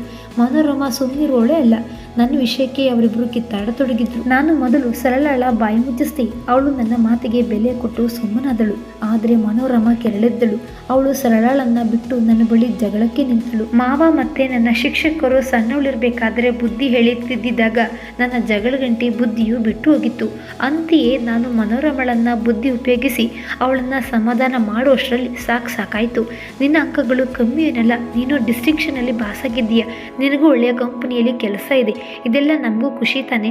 ನಮ್ಮ ಸಹಪಾಠಿಯೊಬ್ಬಳು ಇಂತಹ ಕಂಪನಿಯಲ್ಲಿದ್ದಾಳೆ ಅಂದರೆ ನಮಗೂ ಹೆಮ್ಮೆಯ ಸಂಗತಿ. ಸುಮ್ಮನೆ ಬೇಸರ ಮಾಡ್ಕೋಬೇಡ ಎಂದೆಲ್ಲ ಸಮಾಧಾನ ಮಾಡಿ ಅವರೆಲ್ಲರಿಗೂ ವಿದಾಯ ಹೇಳಿ ಮನೆಗೆ ಬಂದೆ.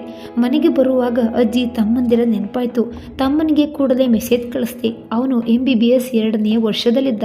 ನನ್ನ ಸಂತೋಷ ಹಂಚಿಕೊಂಡೆ. ಅವನು ಖುಷಿಪಟ್ಟ. ಅಜ್ಜಿ ಇದ್ದಿದ್ರೆ ಎಂದು ಮನಸ್ಸು ಆಶಿಸಿತ್ತು. ಮನೆಯಿಂದ ಕಾಲೇಜಿಗೆ ಬರುವಾಗ ಕಾಡಿದ ನನ್ನ ಗತ ನೋವು ಯಾವುದು ಮನೆಗೆ ಹೋಗುವಾಗ ಕಾಡಲಿಲ್ಲ. ಬೇಗ ಮನೆಗೆ ನಡೆದೆ ಎನ್ನುವುದಕ್ಕಿಂತಲೂ ಓಡಿದೆ. ಸೀದಾ ಮಾವನ ಮನೆಗೆ ನುಗ್ಗಿದೆ. ಅತ್ತೆ ಮಾವ ನನ್ನನ್ನೇ ಕಾಯ್ತಿದ್ರು. ನನ್ನ ರಿಸಲ್ಟ್ ಹಿಡಿದ ಕೂಡಲೇ ತುಂಬಾ ಖುಷಿ ಪಟ್ಟಿದ್ದಲ್ಲದೆ ಅಲ್ಲೇ ಕುಳಿತ ಅಮ್ಮನನ್ನ ಹಿಡಿದೆಳೆದು, ನೋಡೆ ಬೆಳ್ಳಮ್ಮ, ನಿನ್ ಮಗಳು ನೀನೇ ಹೆತ್ತ ಮಗಳು, ಈಗ ಯಾವ ಸಾಧನೆ ಮಾಡಿದ್ದಾಳೆ ನೋಡು ಎಂದು ಗರಗರನೆ ಅಮ್ಮನನ್ನ ತಿರುಗಿಸಿದ್ರು. ಅಮ್ಮನಿಗೆ ಏನ್ ತಿಳಿಯಿತೋ ನಾನ್ ಕಾಣೆ. ಅಮ್ಮನೂ ತನ್ನೆಲ್ಲ ಹಲ್ಲನ್ನ ತೋರಿಸಿ ನಕ್ಕಳು. ನನ್ನ ರಿಸಲ್ಟ್ ಬಗ್ಗೆ ತುಂಬಾ ಭರವಸೆ ಹೊಂದಿದ್ದ ಮಾವ ಅತ್ತೆಯಲ್ಲಿ ಹೇಳಿ ಪಾಯಸ ಮಾಡಿಸಿದ್ರು. ನಾನು ಮಾವ ಮಾತಾಡುತ್ತಾ ಕುಳಿತಲ್ಲಿಗೆ ಅತ್ತೆ ಪಾಯಸ ತಂದ್ರು.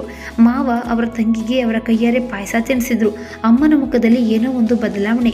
ಅಪ್ಪ ನಮ್ಮೊಂದಿಗೆ ಇದ್ದಾಗ ಇದ್ದಂತಹ ಕಳೆ ಅಪ್ಪ ಹೋದಾಗ ಇರಲಿಲ್ಲ. ಮತ್ತೆಂದು ಅಮ್ಮನ ಮುಖದಲ್ಲಿ ಅಂತಹ ಕಳೆ ಆಗಲಿ ಬಾಯಿ ತುಂಬ ನಗು ಆಗಲಿ ಕಂಡಿರಲಿಲ್ಲ. ಈಗ ಇವತ್ತು ನನ್ನ ಫಲಿತಾಂಶದ ಕುರಿತು ಅಮ್ಮನಿಗೆ ಮಾವ ಹೇಳಿದಾಗ ಆ ನಗು ಮುಖದಲ್ಲಿನ ಒಂದು ಕಳೆ ನನ್ನ ಕಣ್ಣಿಗೆ ಕಾಣ್ತು. ಪಾಯಸ ತಿಂದು ಮುಗಿಸುವಷ್ಟರಲ್ಲಿ ನಗರದಲ್ಲಿ ಮನೆ ಮಾಡಿಕೊಂಡು ಅಲ್ಲೇ ಇರುವ ಎರಡನೆಯ ಮಾವನು ಮನೆಗೆ ಬಂದರು. ಅವರಿಗೂ ನನ್ನ ಫಲಿತಾಂಶ ಗೊತ್ತಾಗಿತ್ತು. ಸಿಹಿಯಾದ ಜಿಲೇಬಿಯೊಂದಿಗೆ ನನಗೆಂದೇ ಒಂದು ಉಡುಗೊರೆ ತಂದಿದ್ರು. ಕಂಗ್ರಾಟ್ಸ್ ವಿಜುಪುಟ ಎಂದು ಜಿಲೇಬಿಯನ್ನ ನನ್ನ ಬಾಯಿಗಿಟ್ಟು ಕೈಗೆ ವಾಚ್ ಒಂದನ್ನು ಹಾಕಿದ್ರು. ಬಂಗಾರ ಬಣ್ಣದ ಪುಟ್ಟ ಗಡಿಯಾರದ ಬಳೆ ತರಹದ ಸುಂದರವಾದ ಕೈ ಗಡಿಯಾರ. ತುಂಬ ಇಷ್ಟ ಆಯಿತು ಅದನ್ನು ನೋಡಿ. ಅದನ್ನು ಮುಟ್ಟಿ ಮುಟ್ಟಿ ನೋಡ್ತಿದ್ದೆ.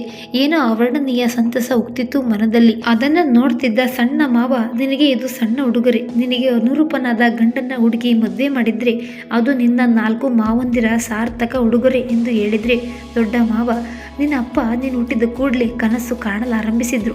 ನನ್ನ ಮಗಳು ಎಲ್ಲರಿಗಿಂತಲೂ ಮುಂದೆ ಇರಬೇಕು, ಎಲ್ಲ ಕಡೆಯೂ ಗೆಲುವೇ ಇರಬೇಕು. ಜಾತಕ ಪ್ರಕಾರ ಬಂದ ಅಕ್ಷರದಿಂದ ಹೆಸರಿಡದೆ ವಿಜೇತ ಎಂದು ಇಟ್ರು. ಎಲ್ಲರೂ ವಿಜೇತ ಎಂದರೆ ನನ್ನ ಮಗಳಿಗೆ ಅದಕ್ಕಿಂತ ಹೆಚ್ಚಿನ ಆಶೀರ್ವಾದ ಇನ್ನೇನಿದೆ. ಎಲ್ಲರ ಬಾಯಿ ಅರಿಕೆಯಂತೆ ಅವಳು ವಿಜೇತಳಾಗುತ್ತಾಳೆ. ಆಮೇಲೆ ನನ್ನ ಮಗಳನ್ನ ರಾಜಕುಮಾರನಂತಹ ಹುಡುಗ ಇಷ್ಟಪಡ್ತಾನೆ. ಅದ್ದೂರಿಯಾಗಿ ಅಲ್ಲದೆ ಹೋದ್ರು ಎಲ್ಲರೂ ಒಪ್ಪುವ ಹಾಗೆ ಮದುವೆ ಮಾಡಬೇಕು. ಅವಳ ಮಕ್ಕಳ ಜೊತೆ ನಾನು ಬೆಳ್ಳಿ ಮಕ್ಕಳಾಗಿ ಆಡಬೇಕು ಎಂದು ಪದೇ ಪದೇ ಹೇಳ್ತಿದ್ದ ಎಂದರು. ಈ ಬಾರಿ ಅತ್ತೆಯು, ನಿನಗೆ ನೆನಪಿದೆಯಾ ವಿಜೇತ, ನೀನು 2ನೇ ವರ್ಷದ ಪದವಿ ಓದುವಾಗ ನಿನ್ನ ಅಜ್ಜಿ ತೀರಾ ಹುಷಾರಿಲ್ಲದೆ ಆಸ್ಪತ್ರೆ ಸೇರಿದಾಗ ಅವರು ಏನು ಹೇಳಿದ್ರು ಎಂದು? ನಿನ್ನ ಸಾಧನೆ ನೋಡಿ ಅವರು ಖುಷಿ ಪಟ್ಟಿದ್ರು. ನಿನ್ನ ಗುರಿ ಮುಟ್ಟಿದ ಮೇಲೆ ನಿನಗೆ ಮದುವೆ ಮಾಡಿಸಿ ಎಂದಿದ್ರು. ನನಗೆ ಇನ್ನೂ ಇಲ್ಲಿ ಇರಲು ಸಾಧ್ಯವಿಲ್ಲ. ಅವಳು ಓದಿ ಕೆಲಸ ದೊರೆತರೆ ಅವಳನ್ನು ಮದುವೆ ಮಾಡಿಸಿ, ಅದುವೇ ನನ್ನ ಹಾಗೂ ಅವಳ ಅಪ್ಪನ ಕೊನೆಯ ಆಸೆ ಎಂದು ಪ್ರಯಾಸದಿಂದ ಮಾತಾಡಿದ್ರು. ಅದೇ ಅವರ ಕೊನೆಯ ಮಾತು ಕೂಡ. ಆಮೇಲೆ ಅವರು ನಿಮ್ಮನ್ನು ಸಂಪೂರ್ಣ ನಮ್ಮ ಜವಾಬ್ದಾರಿಗೆ ಬಿಟ್ಟು ತೀರ್ಕೊಂಡ್ರು. ಅದು ನೆನಪಿದೆ ತಾನೆ? ಇನ್ನಾದರೂ ನಾವು ನಿನಗೆ ಗಂಡು ನೋಡ್ತೀವಿ, ಬೇಡ ಎನ್ಬೇಡ. ನಿನಗೀಗ 23 ವರ್ಷ ವಯಸ್ಸಾಯಿತು. ಈಗ ಹುಡುಕಿ ಮದುವೆ ಆಗುವಾಗ 1 ವರ್ಷ ಆದರೂ ಬೇಕು. ನಿನ್ನ ನಂತರ ನಮ್ಮ ಮಕ್ಕಳು ಇದ್ದಾರಲ್ಲ, ಅವ್ರಿಗೂ ನೋಡಬೇಕು. ಅದಕ್ಕೆ ನೀನು ಬೇಗ ಮದುವೆ ಆಗು ಎಂದರು. ಅವರ ಮಾತುಗಳಿಗೆ ಏನೊಂದು ಉತ್ತರ ಕೊಡದೆ ತಲೆ ತಗ್ಗಿಸಿ ನನ್ನ ಮನೆಗೆ ಓಡಿದೆ. ಅವರೆಲ್ಲ ನಾನು ನಾಚಿಕೆಯಿಂದ ಓಡಿದೆ. ನನ್ನ ಮೌನವೇ ಸಮ್ಮತಿ ಎಂದು ಭಾವಿಸಿ ಸುಮ್ಮನಾದರು. ಮನೆಗೆ ಬಂದ ನನಗೆ ಮನವೆಲ್ಲ ಅಯೋಮಯವಾಗಿತ್ತು. ಅಪ್ಪನ ಫೋಟೋ ಮುಂದೆ ನಿಂತು ಅಪ್ಪನ ಮುಖವನ್ನೇ ನೋಡಿದೆ. ಅಪ್ಪನ ಆಸೆಯಂತೆ ನಾನೇನೋ ಚೆನ್ನಾಗಿ ಓದಿ ಒಳ್ಳೆಯ ಕೆಲಸಕ್ಕೆ ಸೇರಿದೆ. ಆದರೆ ವಿಜೇತಳಾದ್ನ ಆ ಸಂಶಯ ನನಗೆ ಮೂಡಲಾರಂಭಿಸಿತ್ತು. ಅಮ್ಮನ ಮುಖ ಕಣ್ಣ ಮುಂದೆ ಬಂತು. ಅಪ್ಪನ ಫೋಟೋ ನೋಡಿಕೊಂಡು ಅಪ್ಪನ ಬಳಿ ಮಾತಾಡತೊಡಗಿದೆ. ಅಪ್ಪ, ನಿಮ್ಮ ಆಸೆಯ ಹಾಗೆ ನಾನು ಒಳ್ಳೆಯ ಶಿಕ್ಷಣ ಪಡೆದೆ, ಉತ್ತಮ ಫಲಿತಾಂಶ ಕೊಟ್ಟು ಓದಿದ ಕಾಲೇಜಿಗೂ ಕಲಿಸಿದ ಗುರುಗಳಿಗೆ, ಸಾಕಿದ ಮಾವಂದಿರಿಗೆ, ಎತ್ತವರಿಗೂ ಹೆಸರು ತಂದೆ. ಒಳ್ಳೆಯ ಕೆಲಸವೂ ಸಿಕ್ಕಿದೆ. ಕೆಲಸಕ್ಕೆ ತಕ್ಕಂತೆ ಸಂಬಳವೂ ಬರುತ್ತೆ. ಈಗ ನಾನು ಎಲ್ಲರ ದೃಷ್ಟಿಯಿಂದ ವಿಜೇತಳಾದವಳು. ಆದರೆ ನನ್ನ ದೃಷ್ಟಿಯಿಂದ ಅಲ್ಲ ಅಪ್ಪ. ಆದರೆ ಇನ್ನೂ ಸ್ವಲ್ಪ ಸಮಯ ಬೇಕು ನನಗೆ ವಿಜೇತಳಾಗಲು. ಖಂಡಿತ ನಾನು ನನ್ನ ಗೆಲುವು ಸಾಧಿಸಿ ಉತ್ತಮವಾಗಿ ಬಾಳುತ್ತೇನೆ ಎಂಬ ವಿಶ್ವಾಸ ನನಗಿದೆ. ಫಲಿತಾಂಶ ಬಂದಾಯ್ತು. ಇನ್ನು ಕೆಲಸದ ನಿಮಿತ್ತ ಬೆಂಗಳೂರಿನಲ್ಲಿ ವಾಸ್ತವ್ಯ ಹೂಡಬೇಕಿತ್ತು. ಈ 3 ತಿಂಗಳು ಅಮ್ಮನನ್ನ ಮಾವನ ಮನೆಯಲ್ಲಿ ಬಿಟ್ಟಿದ್ದೆ. ಇನ್ನೂ ಬಿಡಲು ಮನಸ್ಸಿರಲಿಲ್ಲ. ಆದರೆ ನಾನಿರುವುದು PGಯಲ್ಲಿ. ತಮ್ಮ 2ನೇ ವರ್ಷದ ವೈದ್ಯಕೀಯ ಶಿಕ್ಷಣ ಮುಗಿಸಿದನಷ್ಟೇ. ಅವನಿರುವುದು ಹಾಸ್ಟೆಲ್ನಲ್ಲಿ. ಹಾಗಾಗಿ ಅಮ್ಮನನ್ನ ನೋಡ್ಕೊಳ್ಳೋದು ಅವನಿಗಂತೂ ಸಾಧ್ಯವೇ ಇರಲಿಲ್ಲ. ಹಾಗಾಗಿ ನಾನು PG ಬಿಟ್ಟು ಒಂದು ಕೋಣೆಯ ಮನೆಯನ್ನ ಬಾಡಿಗೆ ಹಿಡಿಯಲು ನಿರ್ಧರಿಸಿದೆ. ಆದರೆ ದೊಡ್ಡ ಮಾವ ಒಪ್ಪಲಿಲ್ಲ. ನಿನ್ನ ಅಮ್ಮ ನನ್ನ ತಂಗಿ, ಅವಳು ನನ್ನ ಮನೆಯಲ್ಲಿದ್ದರೆ ನನಗೆ ಯಾವ ನಷ್ಟ ಇಲ್ಲ ಎಂದು ಬಾಡಿಗೆ ಮನೆ ಹಿಡಿಯಲು ಬಿಡಲಿಲ್ಲ. ಮಾವನ ಅಪ್ಪಣೆಯಂತೆ ನನ್ನ PG ವಾಸ ಮುಂದುವರಿಯಿತು. ಯಾವುದೇ ಪ್ರಮುಖ ಬದಲಾವಣೆ ಇಲ್ಲದೆ 1 ವರ್ಷ ಕಳೆಯಿತು. ನಾನು ನನ್ನ ವೃತ್ತಿಯಲ್ಲಿ ಪಳಗಿದ್ದೆ. ತಮ್ಮನ ಶಿಕ್ಷಣ ಒಂದು ಹಂತಕ್ಕೆ ಬರಲು ಇನ್ನು 2 ವರ್ಷಗಳ ಕಾಲ ಇತ್ತು. ಮಾವ ನನಗೆ ಮದುವೆ ಮಾಡಲು ತೀರ್ಮಾನಿಸಿ ಗಂಡನ್ನು ಹುಡುಕ್ತಾ ಇದ್ರು. ಎಲ್ಲ ವಿಷಯಕ್ಕೂ ತಲೆಯಾಡಿಸ್ತಿದ್ದ ನಾನು ಇದಕ್ಕೂ ತಲೆಯಾಡಿಸ್ದೆ. ಅಕಸ್ಮಾತ್ತಾಗಿ ನಾನು ಬೇಡ ಅಂದ್ರು ಮಾವನಿಗೆ ಅವರ ಮಕ್ಕಳ ಮದುವೆ ಮಾಡುವಾಗ ಸಂಕಟವಾಗ್ತಿತ್ತು. ನನಗೆ ನನ್ನಿಂದಾಗಿ ಒಬ್ಬರ ಮನಸ್ಸಿಗೆ ನೋವಾಗುವುದು ಇಷ್ಟ ಇರಲಿಲ್ಲ. ಮಾವ ನನಗೆ ಗಂಡು ಹುಡುಕ್ತಿರುವ ವಿಷಯ ಅಪ್ಪನ ಅಕ್ಕನಿಗೆ ತಿಳಿಯಿತು. ಒಂದು ಕಾಲದಲ್ಲಿ ಅಪ್ಪನ ಮದುವೆ ಸಂಸಾರವನ್ನ ನಾಲಿಗೆ ಹೊರಳಿದ ಕಡೆ ತಿರುಗಿಸಿದ್ದ ಅವರು ಈಗ ಮತ್ತೆ ಅವರ ನಾಲ್ಗೆಗೆ ಕೆಲಸ ಕೊಡಲಾರಂಭಿಸಿದ್ರು. ನಾನು ಬೆಂಗಳೂರಿನಲ್ಲಿ ಇರುವಾಗ ಮಾವನ ಮನೆಗೆ ಬಂದು ನನ್ನ ತಮ್ಮ ಮಗಳು ಹುಟ್ಟಿದ ದಿನವೇ ಹೇಳಿದ್ದ, ಇವಳು ನಿನ್ನ ಮನೆಯ ಸೊಸೆ, ನಿನ್ನ ಮಗ ಪೊನ್ನಣ್ಣ ಇವಳ ಗಂಡ ಎಂದು ಮಾತು ಕೊಟ್ಟಿದ್ದ. ನೀವು ಅದೇಗೆ ಹೊರಗಡೆ ಸಂಬಂಧ ಹುಡುಕ್ತಿದ್ದೀರಿ ಎಂದೆಲ್ಲ ಜಗಳ ಮಾಡಿ ಹೋದ್ರು. ನಾನು ಗಣೇಶ ಹಬ್ಬದ ಸಮಯದಲ್ಲಿ ಮನೆಗೆ ಬಂದಿದ್ದೆ. ಆಗ ಕೂಡ ಅಪ್ಪನ ಅಕ್ಕ ಬಂದು, ಬಂದ್ಯಾ ಮಗಳೇ, ನನ್ನ ತಮ್ಮ ತೀರಿಕೊಂಡ ನಂತರ ತವರು ಮನೆಯವರು ಅಂತ ಇರೋದು ನೀನು ನಿನ್ನ ತಮ್ಮ ಇಬ್ರೆ. ತವರು ಮನೆಯ ಸಂಬಂಧ ಅಳಿಯದ ಹಾಗೆ ನೀನು ನನ್ನ ಮನೆ ಸೊಸೆಯಾಗಿ ಬಾ, ಹಾಗಂತ ನಿಮ್ಮಪ್ಪ ಮಾತು ಕೊಟ್ಟಿದ್ದಾನೆ. ಈ ಮದುವೆಗೆ ನಿಶ್ಚಿತಾರ್ಥ ನಿಮ್ಮಪ್ಪನೇ ಮಾಡಿದ್ದಾನೆ. ಬರುವ ಶುಕ್ರವಾರವೇ ಪೊನ್ನಂಗೂ ನಿನಗೂ ಮದುವೆ. ನಿನ್ನ ಮಾವನಿಗೂ ಹೇಳಿಬಿಡು ಎಂದು ದೋ ಎಂದು ಮಳೆ ಸುರಿದಂತೆ ಮಾತಾಡಿ ನನ್ನ ಮಾತಿಗೂ ಕಾಯ್ದೆ ಬಂದ ಹಾಗೆ ಹೋದ್ರು. ಅಪ್ಪನ ಅಕ್ಕ ಇಷ್ಟೆಲ್ಲ ಮಾತಾಡುವಾಗ ಮಾವ ಒಳ ಕೋಣೆಯಲ್ಲಿದ್ರು. ಅವರು ಹೋದ ಕೂಡಲೇ ಮಾವ ಹೊರ ಬಂದು ಬೆಚ್ಚಾಗಿ ಕುಳಿತ ನನ್ನ ತಲೆ ಸವರಿದ್ರು. ಕಣ್ಣಲ್ಲಿ ನೀರು ತುಂಬಿ ಬಂತು. ನಾನು ಏನಾದರೂ ಹೇಳುವ ಮೊದಲೇ, ಬೇಜಾರು ಮಾಡ್ಕೋಬೇಡ ಮಗಳೇ, ದೇವರು ಏನಾದರೂ ದಾರಿ ತೋರಿಸುತ್ತಾನೆ ಎಂದು ಹೇಳಿದ್ರು. ಮಾವ ಹೇಳಿದ ಮೇಲೆ ಸಮಾಧಾನ ಆಯ್ತು. ಮಾವ ಹೇಳಿದ ಹಾಗೆಯೇ ದೇವರು ದಾರಿ ತೋರಿಸ್ತಾ ಪೊನ್ನಣ್ಣ ತಾನು ಪ್ರೀತಿಸಿದ ಹುಡುಗಿಯನ್ನ ಸ್ನೇಹಿತರ ಸಾಕ್ಷಿಯಿಂದ ರಿಜಿಸ್ಟರ್ ಕಚೇರಿಯಲ್ಲಿ ವಿವಾಹ ಆಗಿ ಬಂದ. ಇದರಿಂದ ಅಪ್ಪನ ಅಕ್ಕನ ಬಾಯಿ ಮುಚ್ಚಿ ಹೋಯ್ತು. ಇದಾದ 4 ತಿಂಗಳಲ್ಲಿ ಮಾವ ಒಂದು ಒಳ್ಳೆಯ ಸಂಬಂಧ ನನಗಾಗಿ ಹುಡುಕಿದ್ರು. 10 ಬ್ರಾಂಚ್ಗಳನ್ನ ಹೊಂದಿರುವ ಗಾರ್ಮೆಂಟ್ನ ಮಾಲೀಕರ ಒಬ್ಬನೇ ಮಗನ ಸಂಬಂಧ ಅದಾಗಿತ್ತು. ಸ್ವಂತವಾಗಿ ಉದ್ದಿಮೆ ಇದ್ರು, ಮನೆಯಲ್ಲಿ 6 ತಲೆಮಾರು ಕುಳಿತು ಉಣ್ಣುವಷ್ಟು ಶ್ರೀಮಂತಿಕೆ ಇದ್ದರು. ಮತ್ತೊಂದು ಕಂಪನಿಯಲ್ಲಿ MD ಆಗಿ ಕಾರ್ಯನಿರ್ವಹಿಸ್ತಾ ಇದ್ರು ಜೀವನ್. 2 ಕಡೆಯವರಿಗೂ ಪರಸ್ಪರ ಇಷ್ಟವಾಗಿ ಮುಂದೆ ಸಿಕ್ಕಿದ ಒಂದು ಶುಭ ಮುಹೂರ್ತದಲ್ಲಿ ನಾನು ಜೀವನ್ ಸತಿಪತಿಗಳಾದೆವು. ಮದುವೆಯ ನಂತರ ಅಮ್ಮನನ್ನ ಕರೆದುಕೊಂಡು ನಾನು ನನ್ನ ಗಂಡನ ಮನೆಗೆ ಕರೆದುಕೊಂಡು ಬಂದೆ. ಇದಕ್ಕೆ ಅತ್ತೆ ಮನೆಯವರ ವಿರೋಧ ಇರಲಿಲ್ಲ. ಅಮ್ಮನನ್ನ ಪ್ರೀತಿಯಿಂದಲೇ ನೋಡ್ತಿದ್ರು. ನಾನು ಕೆಲಸಕ್ಕೆ ಹೋಗುವಾಗ ಅಮ್ಮನನ್ನ ನೋಡಿಕೊಳ್ಳಲು ಅವರು ಬೇಸರಿಸಿಕೊಳ್ಳಿಲ್ಲ. ಮೊದಲಿನಂತೆಯೇ ಅಮ್ಮನ ಸ್ನಾನ ಇತ್ಯಾದಿ ಮಾಡಿ ಮುಗಿಸಿ ಅತ್ತೆಗೆ ಮನೆ ಕೆಲಸದಲ್ಲಿ ಸಣ್ಣ ಪುಟ್ಟ ಸಹಾಯ ಮಾಡಿ ನಂತರ ಕಚೇರಿಗೆ ಹೊರಡುತ್ತಿದ್ದೆ.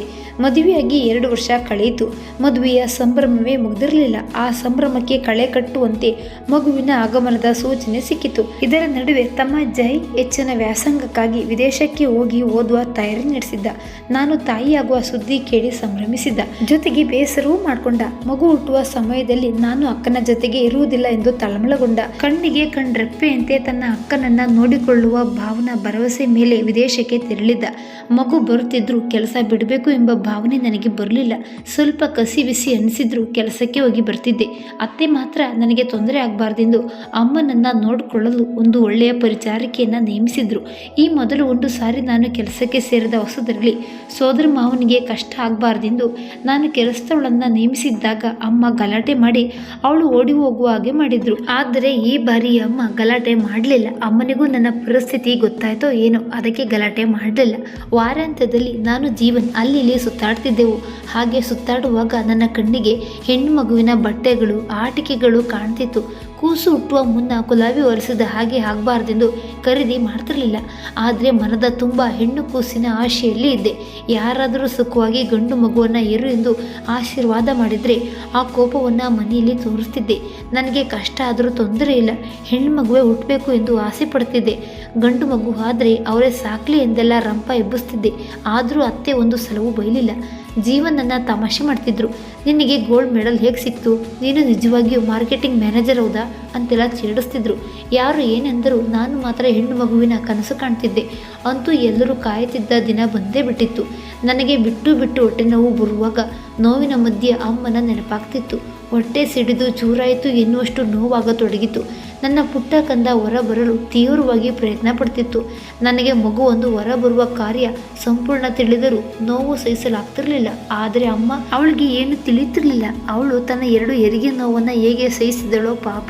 ಅವಳ ಋಣ ನಾನೇನು ಮಾಡಿದರೂ ತೀರಿಸಲು ಅಸಾಧ್ಯ. ನನ್ನ ನೋವು ಜೋರಾಗಿ ಪುಟ್ಟ ಕಂದ ಭೂಮಿಗೆ ಬಂದೇ ಬಿಡ್ತು. ನೋವಿಗೂ ಸುಸ್ತಿಗೂ ಸೇರಿ ನಿದ್ದೆ ಬಂದ ಹಾಗೆ ಆಯಿತು.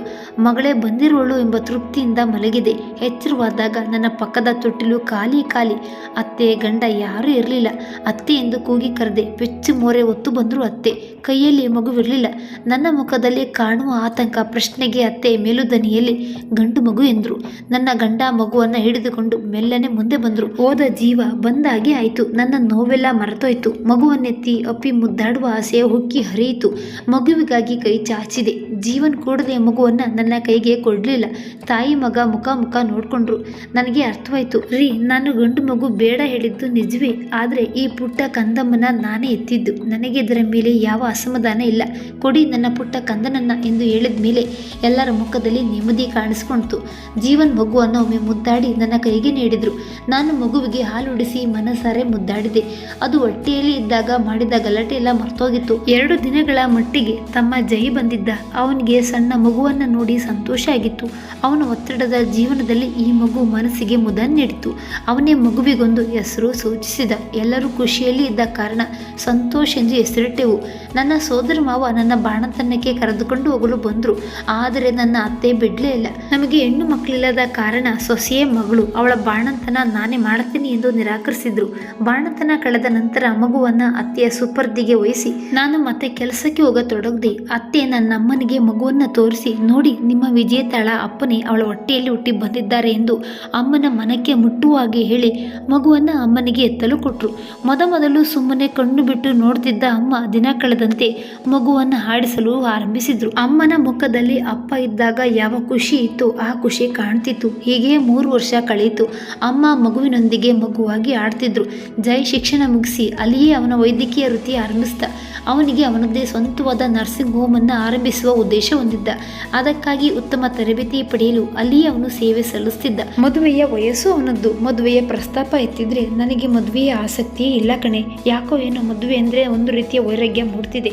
ನಾನು ಹೀಗೆ ಬಡವರ ಸೇವೆ ಮಾಡ್ತೀನಿ, ಅದಕ್ಕಾಗಿ ಇಲ್ಲಿ ಚೆನ್ನಾಗಿ ಅಭ್ಯಾಸ ಮಾಡಿ ಬರ್ತೀನಿ ಎಂದು ಒಂದೇ ಮಾತಿನಲ್ಲಿ ಮದುವೆಯ ಪ್ರಸ್ತಾಪ ತಳ್ಳಾಗ್ತಾ ನಾನು ಅವನು ಮನಸ್ಸಿಗೆ ತೋಚಿದಾಗೆ ಇರಲಿ ಎಂದು ಸುಮ್ಮನಾದೆ. ಸಂತೋಷನಿಗೆ ತಂಗಿ ಹುಟ್ಟಿದಳು. ಹೆಣ್ಣು ಮಗು ಹುಟ್ಟಿದ ಮೇಲೆ ನನ್ನ ಸಂಭ್ರಮ ಹೇಳ್ತಿರೋದು. ನನ್ನ ಮುದ್ದು ಮಗಳಿಗೆ ನಾನು ಸಂಭ್ರಮ ಅಂತಲೇ ಹೆಸರಿಟ್ಟೆ. ನಿಜವಾಗಿಯೂ ನನ್ನ ಮನೆಯಲ್ಲಿ ಈಗ ಸಂತೋಷ ಸಂಭ್ರಮ ತುಂಬಿ ತುಳುಕ್ತಿತ್ತು. ಆದರೆ ಅಮ್ಮ ಮಾತ್ರ ಸಂತೋಷನ ಬಿಟ್ಟು ಸಂಭ್ರಮಗಳನ್ನ ಕಣ್ಣೆತ್ತಿಯೂ ನೋಡ್ತಿರ್ಲಿಲ್ಲ. ಕೊನೆಗೆ ಅತ್ತೆಯ ರೀತಿಯಲ್ಲಿ ಅಮ್ಮ, ನೋಡು ಅಜ್ಜಿ ಪುನಃ ನಿನ್ನ ಮೊಮ್ಮಗಳಾಗಿ ಬಂದಿದ್ದಾರೆ. ನೀನು ಮಾತಾಡಿಸ್ತಿದ್ರೆ ಅಜ್ಜಿಗೆ ಬೇಜಾರಾಗುತ್ತೆ ಎಂದು ಅಳುತ್ತಿರುವ ಸಂಭ್ರಮಗಳನ್ನ ತೋರಿಸ್ತೆ. ಈ ಬಾರಿ ಅಮ್ಮ ಕಣ್ಣು ಪಿಳಿ ಮಾಡಲಿಲ್ಲ. ಮೆಲ್ಲನೆ ಸಂಭ್ರಮಳ ತಲೆ ನೇವರಿಸಿದ್ರು. ಅಪರಿಚಿತ ಸ್ಪರ್ಶಕ್ಕೆ ಸಂಭ್ರಮಳು ಸ್ಪಂದಿಸಿದಳು. ಅಜ್ಜಿಯ ಪರಿಚಯ ತನಗಿದೆ ಎನ್ನುವಂತೆ ಅವಳು ನಿಲ್ಲಿಸಿ ತನ್ನ ಬೊಚ್ಚು ಬಾಯಿ ತೋರಿಸಿ ನಕ್ಕಳು. ಅಮ್ಮನೂ ನಕ್ಕಳು. ಸಂಭ್ರಮ 1 ವರ್ಷದ ಕೂಸು. ಸಂತೋಷ್ ಈಗ LKG ಹುಡುಗ. ಅವನನ್ನ ಮನೆಯ ಹತ್ತಿರವೇ ಇದ್ದ ಶಾಲೆಗೆ ಸೇರಿಸಲಾಯಿತು. ಸಂಭ್ರಮ ಹುಟ್ಟಿದಾಗಿನಿಂದ ಅವನು ನನ್ನ ಅಮ್ಮನ ಬಳಿ ಮಲಗ್ತಿದ್ದ. ಅವನು ಶಾಲೆಗೆ ಹೊರಡುವಾಗ ಬೆಳಿಗ್ಗೆ ಬೇಗ ಹೇಳಬೇಕಿತ್ತು. ಅದಕ್ಕಾಗಿ ಅಮ್ಮನ ಕೋಣೆಗೆ ಹೋಗಿ ಸಂತೋಷ್ನನ್ನ ಬೇಗ ಹೇಳಿಸಿ ಅವನಿಗೆ ಅಲ್ಲುಜ್ಜುವ ರೀತಿಯನ್ನು ಹೇಳ್ಕೊಡ್ತಿದ್ದೆ. ಸಂತೋಷ್ ಹೇಳುವಾಗ ಅಮ್ಮನು ಬೇಗ ಹೇಳ್ತಿದ್ರು. ಅವನೊಡನೆ ಅಮ್ಮನೂ ಅಲ್ಲುಜ್ಜಲು ಕಲಿಯುತ್ತಿದ್ರು. ಅಮ್ಮ ತನ್ನ ಬುದ್ಧಿ ನೆನಪಿನ ಶಕ್ತಿ ಕಳೆದುಕೊಳ್ಳುವವರೆಗೂ ಅಲ್ಲುಚ್ಚುತ್ತಿದ್ದ ಕಾರಣ ಪುನಃ ಕಲಿಯಲು ಕಷ್ಟ ಎನಿಸಲಿಲ್ಲ. ಸಂತೋಷ್ನೊಂದಿಗೆ ಒಂದೊಂದೇ ಕೆಲಸವನ್ನ ಅವನಿಗಿಂತ ಬೇಗನೆ ಕಲಿಯುತ್ತಿದ್ರು. ಅಮ್ಮನ ಈ ಕಲಿಕಾ ಸಾಮರ್ಥ್ಯ ನೋಡಿ ಅಂದು ನಾನು ಅಪ್ಪನ ಭಾವಚಿತ್ರದ ಮುಂದೆ ಅಮ್ಮನನ್ನ ಗುಣಪಡಿಸುವ ಬಗ್ಗೆ ಅಂದುಕೊಂಡಿದ್ದು ನೆನಪಾಯಿತು. ಕೂಡಲೇ ಜೈಗೆ ಮೆಸೇಜ್ ಮಾಡಿದೆ. ಅವನು ಮೆಸೇಜ್ ನೋಡಿ ಅವನು ಆರಾಮಾಗಿ ಇರುವಾಗ ದೂರವಾಣಿ ಕರೆಯನ್ನು ಮಾಡ್ತಾನೆ. ಹಾಗಾಗಿ ನಾನು ಸಂದೇಶ ಕಳಿಸಿದ್ರೆ ಅವನು ಕರೆ ಮಾಡುವ ಪರಿಪಾಠ ಬೆಳೆದಿದೆ ನಮ್ಮಲ್ಲಿ. ಅವನ ಕೆಲಸ ಕಡಿಮೆ ಐತಿ ಎಂದು ಅನಿಸುತ್ತದೆ. ನನ್ನ ಸಂದೇಶ ನೋಡಿದ ಕೂಡಲೇ ಅವನ ಕರೆ ಬಂತು. ನಾನು ವಿಷಯ ಎತ್ತುವ ಮೊದಲೇ, ಅಕ್ಕ ಊರಿಗೆ ಬರ್ತೀನಿ ಕಣೆ, ಇಲ್ಲಿಯ ಸೇವೆಯ ಅವಧಿ ಮುಗೀತು. ಇಲ್ಲಿ ನನ್ನ ಸಹೋದ್ಯೋಗಿ ಡಾಕ್ಟರ್ ನಾಗೇಶ್ ಅಂತ ಇದ್ದಾರೆ. ಅವರು ನಮ್ಮೂರಿನವರೇ. ಅವರು ನನ್ನ ಹಾಗೆ ಬಡ ಜನರ ಸೇವೆ ಮಾಡುವ ಧ್ಯೇಯ ಹೊಂದಿದ್ದಾರೆ. ನಾನು ಅವರು ಒಂದಾಗಿ ಒಂದು ನರ್ಸಿಂಗ್ ಹೋಮ್ ತೆರೀತೇವೆ ಎಂಬ ಸಿಹಿ ಸುದ್ದಿ ಹೇಳ್ದ. ಅವನು ಬರುವ ವಿಷಯ ಖುಷಿ ತಂದ್ರು. ಅವನ ನರ್ಸಿಂಗ್ ಹೋಮ್ ವಿಷಯ ಸರಿ ಬರಲಿಲ್ಲ. ಅದನ್ನ ಅವನ ಬಳಿ ಹೇಳಿದೆ. ಹೆದರಬೇಡ ಅಕ್ಕ, ನಾವಿಬ್ರು ಒಂದಾಗಿಯೇ ಕೆಲಸ ಮಾಡಿದ್ರು. ಯಾರಾದರೂ ಒಬ್ಬರಿಗೆ ಇಷ್ಟವಾಗಲಿಲ್ಲ ಎಂದರೆ ಅವರು ತಮ್ಮ ಪಾಲನ್ನ ಪಡೆದು ಬೇರೆ ಹೋಗುವ ರೀತಿಯಲ್ಲಿ ಕರಾರು ಪತ್ರಕ್ಕೆ ಸಹಿ ಮಾಡಿಕೊಂಡಿದ್ದೇವೆ. ಇದರಲ್ಲಿ ಯಾವುದೇ ರೀತಿಯಲ್ಲಿ ಮೋಸ ಇಲ್ಲ. ನಮ್ಮ ನರ್ಸಿಂಗ್ ಹೋಮ್ನಲ್ಲಿ ಮೊದಲ ಚಿಕಿತ್ಸೆ ನಮ್ಮ ಅಮ್ಮನಿಗೆ ಕಣೆ. ಹೀಗಾಗಲೇ ಡಾಕ್ಟರ್ ನಾಗೇಶ್ ಅಲ್ಲಿಗೆ ಹೋಗಿ ನರ್ಸಿಂಗ್ ಹೋಮ್ ತೆರೆಯಲು ಬೇಕಾದ ಎಲ್ಲ ರೀತಿಯ ವ್ಯವಸ್ಥೆ ಮಾಡಿಸ್ತಿದ್ದಾರೆ. ನಾನು ಇಲ್ಲಿಂದ ಬಂದ ಕೂಡಲೇ ಸಣ್ಣದಾಗಿ ಒಂದು ಪತ್ರಿಕಾ ಸಮಾರಂಭ ಮಾಡಿ ಕೆಲಸ ಆರಂಭಿಸುವುದೇ ಎಂದು ಸಮಾಧಾನ ಮಾಡಿದ. ಜೈ ವಿದೇಶದಿಂದ ಮರಳಿದ ನಂತರ ವಿಶ್ರಮಿಸದೆ ನರ್ಸಿಂಗ್ ಹೋಮ್ ಹೋಮ್ ಆರಂಭಿಸಲು ಓಡಾಡ್ತಿದ್ದ. ಜೈ ಹಾಗೂ ಡಾಕ್ಟರ್ ನಾಗೇಶ್ ರ ಶ್ರಮದ ಫಲವಾಗಿ ಒಂದು ಸುಸಜ್ಜಿತವಾದ ಸೂಪರ್ ಮಲ್ಟಿ ಸ್ಪೆಷಾಲಿಟಿ ಬಡವರಿಗೆ ಸುಲಭವಾಗಿ ಚಿಕಿತ್ಸೆ ಸಿಗುವಂತಹ ಒಂದು ನರ್ಸಿಂಗ್ ಹೋಮ್ ತೆರೆಯಿತು. ತಮ್ಮನ ಆಶಯದಂತೆ ಬೆಳ್ಳಿಚಂದ್ರ ನರ್ಸಿಂಗ್ ಹೋಮ್ ಎಂದು ಹೆಸರಿಟ್ಟು ಉದ್ಘಾಟಿಸಲಾಯಿತು. ಜನಸಾಮಾನ್ಯರಿಗೆ ನರ್ಸಿಂಗ್ ಹೋಮ್ ಬಗ್ಗೆ ತಿಳಿಯುವ ಸಲುವಾಗಿ ಪತ್ರಕರ್ತರನ್ನ ಮಾತ್ರ ಕರೆಯಲಾಗಿತ್ತು. ಸದ್ಯಕ್ಕೆ ಇನ್ನು ಬೇರೆ ಡಾಕ್ಟರ್ಗಳನ್ನ ಕರೆದುಕೊಳ್ಳದ ಕಾರಣ ಡಾಕ್ಟರ್ಗಳ ಹೆಸರಿನ ಪಟ್ಟಿಯಲ್ಲಿ ಡಾಕ್ಟರ್ ದಿಗ್ವಿಜಯ್, ಡಾಕ್ಟರ್ ನಾಗೇಶ್ ಮಾತ್ರ ಇತ್ತು. ಜೈ ಎಂದು ಕರೆದು ಅಭ್ಯಾಸ ಆಗಿದ್ದ ನನಗೆ ಡಾಕ್ಟರ್ ದಿಗ್ವಿಜಯ್ ಎಂಬ ಹೆಸರು ನೋಡಿ ಮನಸ್ಸು ತುಂಬಿ ಬಂತು. ಅವನ ಹೆಸರನ್ನೊಮ್ಮೆ ಮೃದುವಾಗಿ ನೇವರಿಸಿದೆ. ಮರುದಿನವೇ ಅಮ್ಮನ ಚಿಕಿತ್ಸೆ ಆರಂಭವಾಯಿತು. ಈ ಇಬ್ಬರು ಡಾಕ್ಟರ್ ಅಲ್ಲದೆ ಬೇರೆ ಬೇರೆ ರೀತಿಯ ಚಿಕಿತ್ಸೆಗೆ ತರಬೇತಿಗೆ ಎಂದು ಬೇರೆ ಡಾಕ್ಟರ್ಗಳನ್ನ ಕರೆಸಲಾಯಿತು. ಕೊಟ್ಟ ಥೆರಪಿ ಮಾಡಿಸಲು ಭಾಮ ಎಂಬ ನರ್ಸ್ ತರಬೇತಿ ಪಡೆದ ಹುಡುಗಿಯನ್ನ ನೇಮಿಸಲಾಯಿತು.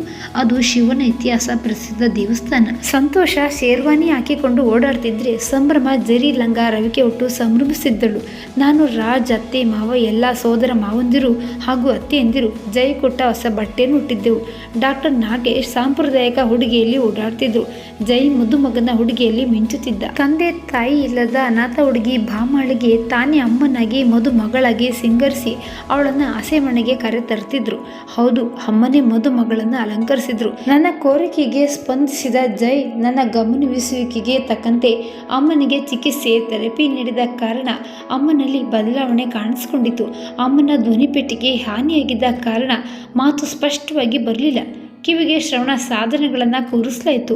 ಇದರಿಂದ ಅಮ್ಮನ ಶ್ರವಣ ಶಕ್ತಿ ಉತ್ತಮವಾಯಿತು. ಕಿವಿ ಕೇಳದ ಕಾರಣ ಬುದ್ಧಿ ಬೆಳವಣಿಗೆ ಆಗಿರಲಿಲ್ಲ ಹೊರತು ಅಮ್ಮ ಹುಟ್ಟು ಮಂದ ಬುದ್ಧಿ ಆಗಿರಲಿಲ್ಲ. ಅದರಿಂದ ಆಗು ಹೋಗುಗಳನ್ನು ಅಮ್ಮನಿಗೆ ನರ್ಸ್ ಭಾಮ ಹೆಚ್ಚು ಮುತುವರ್ಜಿಯಿಂದ ಹೇಳಿಕೊಡುವಾಗ ಬೇಗ ತಿಳಿಯುತ್ತಿತ್ತು. ಜೊತೆಗೆ ನರಗಳ ಸುಧಾರಣೆಗೆ ಒಂದಷ್ಟು ಆಯುರ್ವೇದ ಚಿಕಿತ್ಸೆಯು ಕೊಡಿಸಲಾಯಿತು. ನಾನು ನನ್ನ ಲಕ್ಷ ಸಂಬಳದ ಕೆಲಸಕ್ಕಿಂತ ಅಮ್ಮ ಮುಖ್ಯ ಎಂದು ನನ್ನ ಕೆಲಸಕ್ಕೆ ರಾಜೀನಾಮೆ ನೀಡಿ ಅಮ್ಮನನ್ನು ನೋಡಿಕೊಳ್ಳತೊಡಗಿದೆ. ಹೀಗೆ ಎಲ್ಲರ ಪ್ರಯತ್ನಗಳಿಂದ ಅಮ್ಮ 70% ಸುಧಾರಿಸ್ಕೊಂಡ್ರು. ಎಲ್ಲರ ಆಗಲ್ಲದಿದ್ದರೂ ತನ್ನ ಕೆಲಸ ತಾನೇ ಮಾಡ್ಕೊಳ್ಳೋದು, ಎಲ್ಲರೊಂದಿಗೆ ಸ್ನೇಹದಿಂದ ವರ್ತಿಸುವುದು, ಹೀಗೆ ಹಲವಾರು ಬದಲಾವಣೆ ಬಂದಿತ್ತು. ಅಮ್ಮನಿಗೆ ಅಪಘಾತ ಆಗಿದ್ದಾಗಲೇ ಸೂಕ್ತ ರೀತಿಯಲ್ಲಿ ಚಿಕಿತ್ಸೆ ದೊರೆತಿದ್ರೆ ಅಮ್ಮ ಆಗಲೇ ಸರಿ ಹೋಗ್ತಾ ಇದ್ರು. ಮಾತಿನ ತೊಂದರೆ ಇದ್ರೂ ಮಂಕು ಹಿಡಿದವರ ಹಾಗೆ ಇರ್ತಿರ್ಲಿಲ್ಲ. 90% ಸರಿ ಹೋಗ್ತಿದ್ರು. ಆದರೆ ಹಾಗಾಗದೆ ಅಮ್ಮ ಮಂದ ಬುದ್ಧಿಯೊಳಗೆ ಇದ್ದಿದ್ದಳು. ಅಮ್ಮ ಸರಿ ಹೋಗುತ್ತಿದ್ದಂತೆಯೇ ಮೊದಲು ಕೇಳಿದ್ದು ಅಜ್ಜ ಅಜ್ಜಿಯನ್ನ. ಅವರಿಲ್ಲ ಎಂದು ತಿಳಿದಾಗ ಜೋರು ಹೊತ್ತರು. 2 ದಿನ ಊಟ ಬಿಟ್ಟು ದುಃಖಿಸ್ತಿದ್ರು. ಅಪ್ಪನ ನೆನಪು ಕಾಡದಿದ್ರು ಮಾವಂದಿರು ಅಪ್ಪನ ಕಾಳಜಿ ಪ್ರೀತಿ ಎಲ್ಲ ಹೇಳುವಾಗ ಅನಿಗಣ್ಣಾಗ್ತಿದ್ರು. ತಾಯಿ ಕರುಳು ಮಕ್ಕಳನ್ನ ಗುರುತಿಸಿತ್ತು. ಭಾಮ ನಿಸ್ವಾರ್ಥ ಮನೋಭಾವದಿಂದ ದುಡಿಯುತ್ತಿದ್ದಳು. ರೋಗಿಗಳೊಂದಿಗೆ ಅವಳ ಸಹನಶೀಲತೆ ಎಲ್ಲರಿಗೂ ಹಿಡಿಸಿತು. ಜೈ ಅಂತೂ ಅಮ್ಮನನ್ನ ಅವಳು ನೋಡಿಕೊಳ್ಳುತ್ತಿದ್ದ ರೀತಿಗೆ ಹರ್ಷ ವ್ಯಕ್ತಪಡಿಸಿದ್ದ. ಯಾವುದೇ ರೀತಿಯ ದುರಾಸೆಯು ಅವಳಲ್ಲಿ ಇರಲಿಲ್ಲ. ಅವಳಿಗೆ ದೊರೆತ ಸಂಬಳದಲ್ಲಿ ಅವಳ ತಂದೆ ತಾಯಿಯರನ್ನ ಸಾಕ್ತಿದ್ದಳು. ತಂದೆ ತಾಯಿ ಬಿಟ್ಟರೆ ಬೇರೆ ಯಾರೂ ಇರಲಿಲ್ಲ. ಹೀಗಿರುವಾಗ ಒಂದು ದಿನ ತಂದೆ ಯಾವ ಸುಳಿವನ್ನೂ ನೀಡದೆ ಇಹಲೋಕವನ್ನು ತ್ಯಜಿಸಿದ್ದರು. ತಂದೆಯ ಸಾವಿನಿಂದ ನೊಂದ ಭಾಮಳ ತಾಯಿ ಮಗಳನ್ನು ಒಂಟಿಯಾಗಿಸಿ ತಾವು ಗಂಡನ ದಾರಿ ಹಿಡಿದ್ರು. ಇದರಿಂದ ಭಾಮ ಅನಾಥೆಯಾಗಿದ್ದಳು. ಅಪ್ಪ ಅಮ್ಮನನ್ನ ಕಳೆದುಕೊಂಡ ಭಾಮ ತೀರಾ ಮೌನಿಯಾಗಿದ್ದಳು. ನರ್ಸಿಂಗ್ ಹೋಮ್ನಲ್ಲಿ ತನ್ನ ಕರ್ತವ್ಯಗಳನ್ನ ನಿಷ್ಠೆಯಿಂದ ಮಾಡಿದ್ರೂ ಮುಖದಲ್ಲಿನ ಮಂದಹಾಸ ಹಾರೋಗಿತ್ತು. ಮಾತು ಕಡಿಮೆಯಾಗಿತ್ತು. ಕೆಲಸ ಇಲ್ಲದ ಸಮಯದಲ್ಲಿ ಮಂಕಾಗಿ ಕೂರುತ್ತಿದ್ದಳು. ಇದನ್ನೆಲ್ಲ ಗಮನಿಸಿದ ಜೈ ಅವಳನ್ನ ಮದುವೆಯಾಗಲು ನಿರ್ಧರಿಸಿದ. ಮದುವೆಯೇ ಬೇಡ ಅಂದವನು ಮದುವೆಗೆ ಒಪ್ಪಿದಾಗ ನಾವೆಲ್ಲರೂ ಆ ಹುಡುಗಿ ಬೇಡ ಅಂದಿಲ್ಲ. ಅಮ್ಮನ ಆರೈಕೆಗೆ ಬೇಡವಾಗಿದ್ದ ಜಾತಿ ಮದುವೆಗೂ ಬೇಡವಾಗಿತ್ತು. ಆಡಂಬರದ ಮದುವೆ ಇಷ್ಟಪಡದ ಜೈ ದೇವಸ್ಥಾನದಲ್ಲಿ ಕೇವಲ ಮನೆಯವರ ಸಮ್ಮುಖದಲ್ಲಿ ಮದುವೆಯಾಗಲು ಬಯಸ್ತ. ಭಾಮಾಳೊಂದಿಗೆ ಮದುವೆ ಆದ ನಂತರ ಜೈ ಅಮ್ಮನನ್ನ ತನ್ನೊಂದಿಗೆ ಕರೆದುಕೊಂಡು ಹೋದ. ನನಗೀಗ ಕೆಲಸ ಇಲ್ಲ, ಆದರೆ ತೀರಲಾರದಷ್ಟು ಸಂತೋಷವಿದೆ. ಯೂನಿವರ್ಸಿಟಿಗೆ ಮೊದಲು ಬಂದಾಗ ಸಿಗದ ಖುಷಿ, ಕೆಲಸದಲ್ಲಿ ಸಿಕ್ಕ ಪ್ರಮೋಷನ್, ಹೆಚ್ಚಿನ ಸಂಭಾವನೆಯಿಂದ ಸಿಗದ ನೆಮ್ಮದಿ, ಒಳ್ಳೆಯ ಗಂಡನ ಮನೆ ದೊರೆತಿರುವಾಗದ ಆನಂದ ಈಗ ಇದೆ. ಅಂದು ಅಪ್ಪನ ಭಾವಚಿತ್ರದ ಮುಂದೆ ನಿಂತು ಮನದಲ್ಲಿ ಅಮ್ಮನನ್ನ ಸಾಧ್ಯ ಆದಷ್ಟು ಎಲ್ಲರಾಗೆ ಮಾಡ್ತೀನಿ ಎಂದು ಹೇಳಿಕೊಂಡ ಮಾತು ಇಂದು ನೆರವೇರಿದೆ. ಅಪ್ಪ ನನಗೆ ವಿಜೇತ ಎಂದು, ತಮ್ಮನಿಗೆ ದಿಗ್ವಿಜಯ್ ಎಂದು ಹೆಸರಿಟ್ಟು ಸದಾ ಗೆಲುವು ನಮಗೆ ಸಿಗಲಿ ಎಂದು ಹಾರೈಸಿದ್ದು ಈಗ ಸಾರ್ಥಕವಾಯಿತು. ನಾವು ಗೆದ್ಬಿಟ್ಟೆವು. ಮೊಮ್ಮಕ್ಕಳೊಡನೆ ಮೆರುದನಿಯಲ್ಲಿ ಮಾತಾಡುತ್ತಾ ಹಾಡುವಾಗ ಮನಸ್ಸು ಕೂಗಿ ಹೇಳ ಬಯಸುತ್ತದೆ, ವಿಜೇತ ಈಗ ನಿಜವಾಗಿಯೂ ವಿಜೇತಳಾದಳು ಎಂದು. ಮನಸ್ಸು ಈಗ ನಿರಾಳ, ಯಾವ ರೀತಿಯ ದುಗುಡವಿಲ್ಲ. ಸಮೃದ್ಧ ಕುಟುಂಬದಲ್ಲಿ ಸಂತೋಷ ಸಂಭ್ರಮ, ಜೀವನವೀಗ ನನ್ನದು. ಮತ್ತೊಂದು ಕಥೆಯೊಂದಿಗೆ ಭೇಟಿಯಾಗೋಣ. ಧನ್ಯವಾದಗಳು.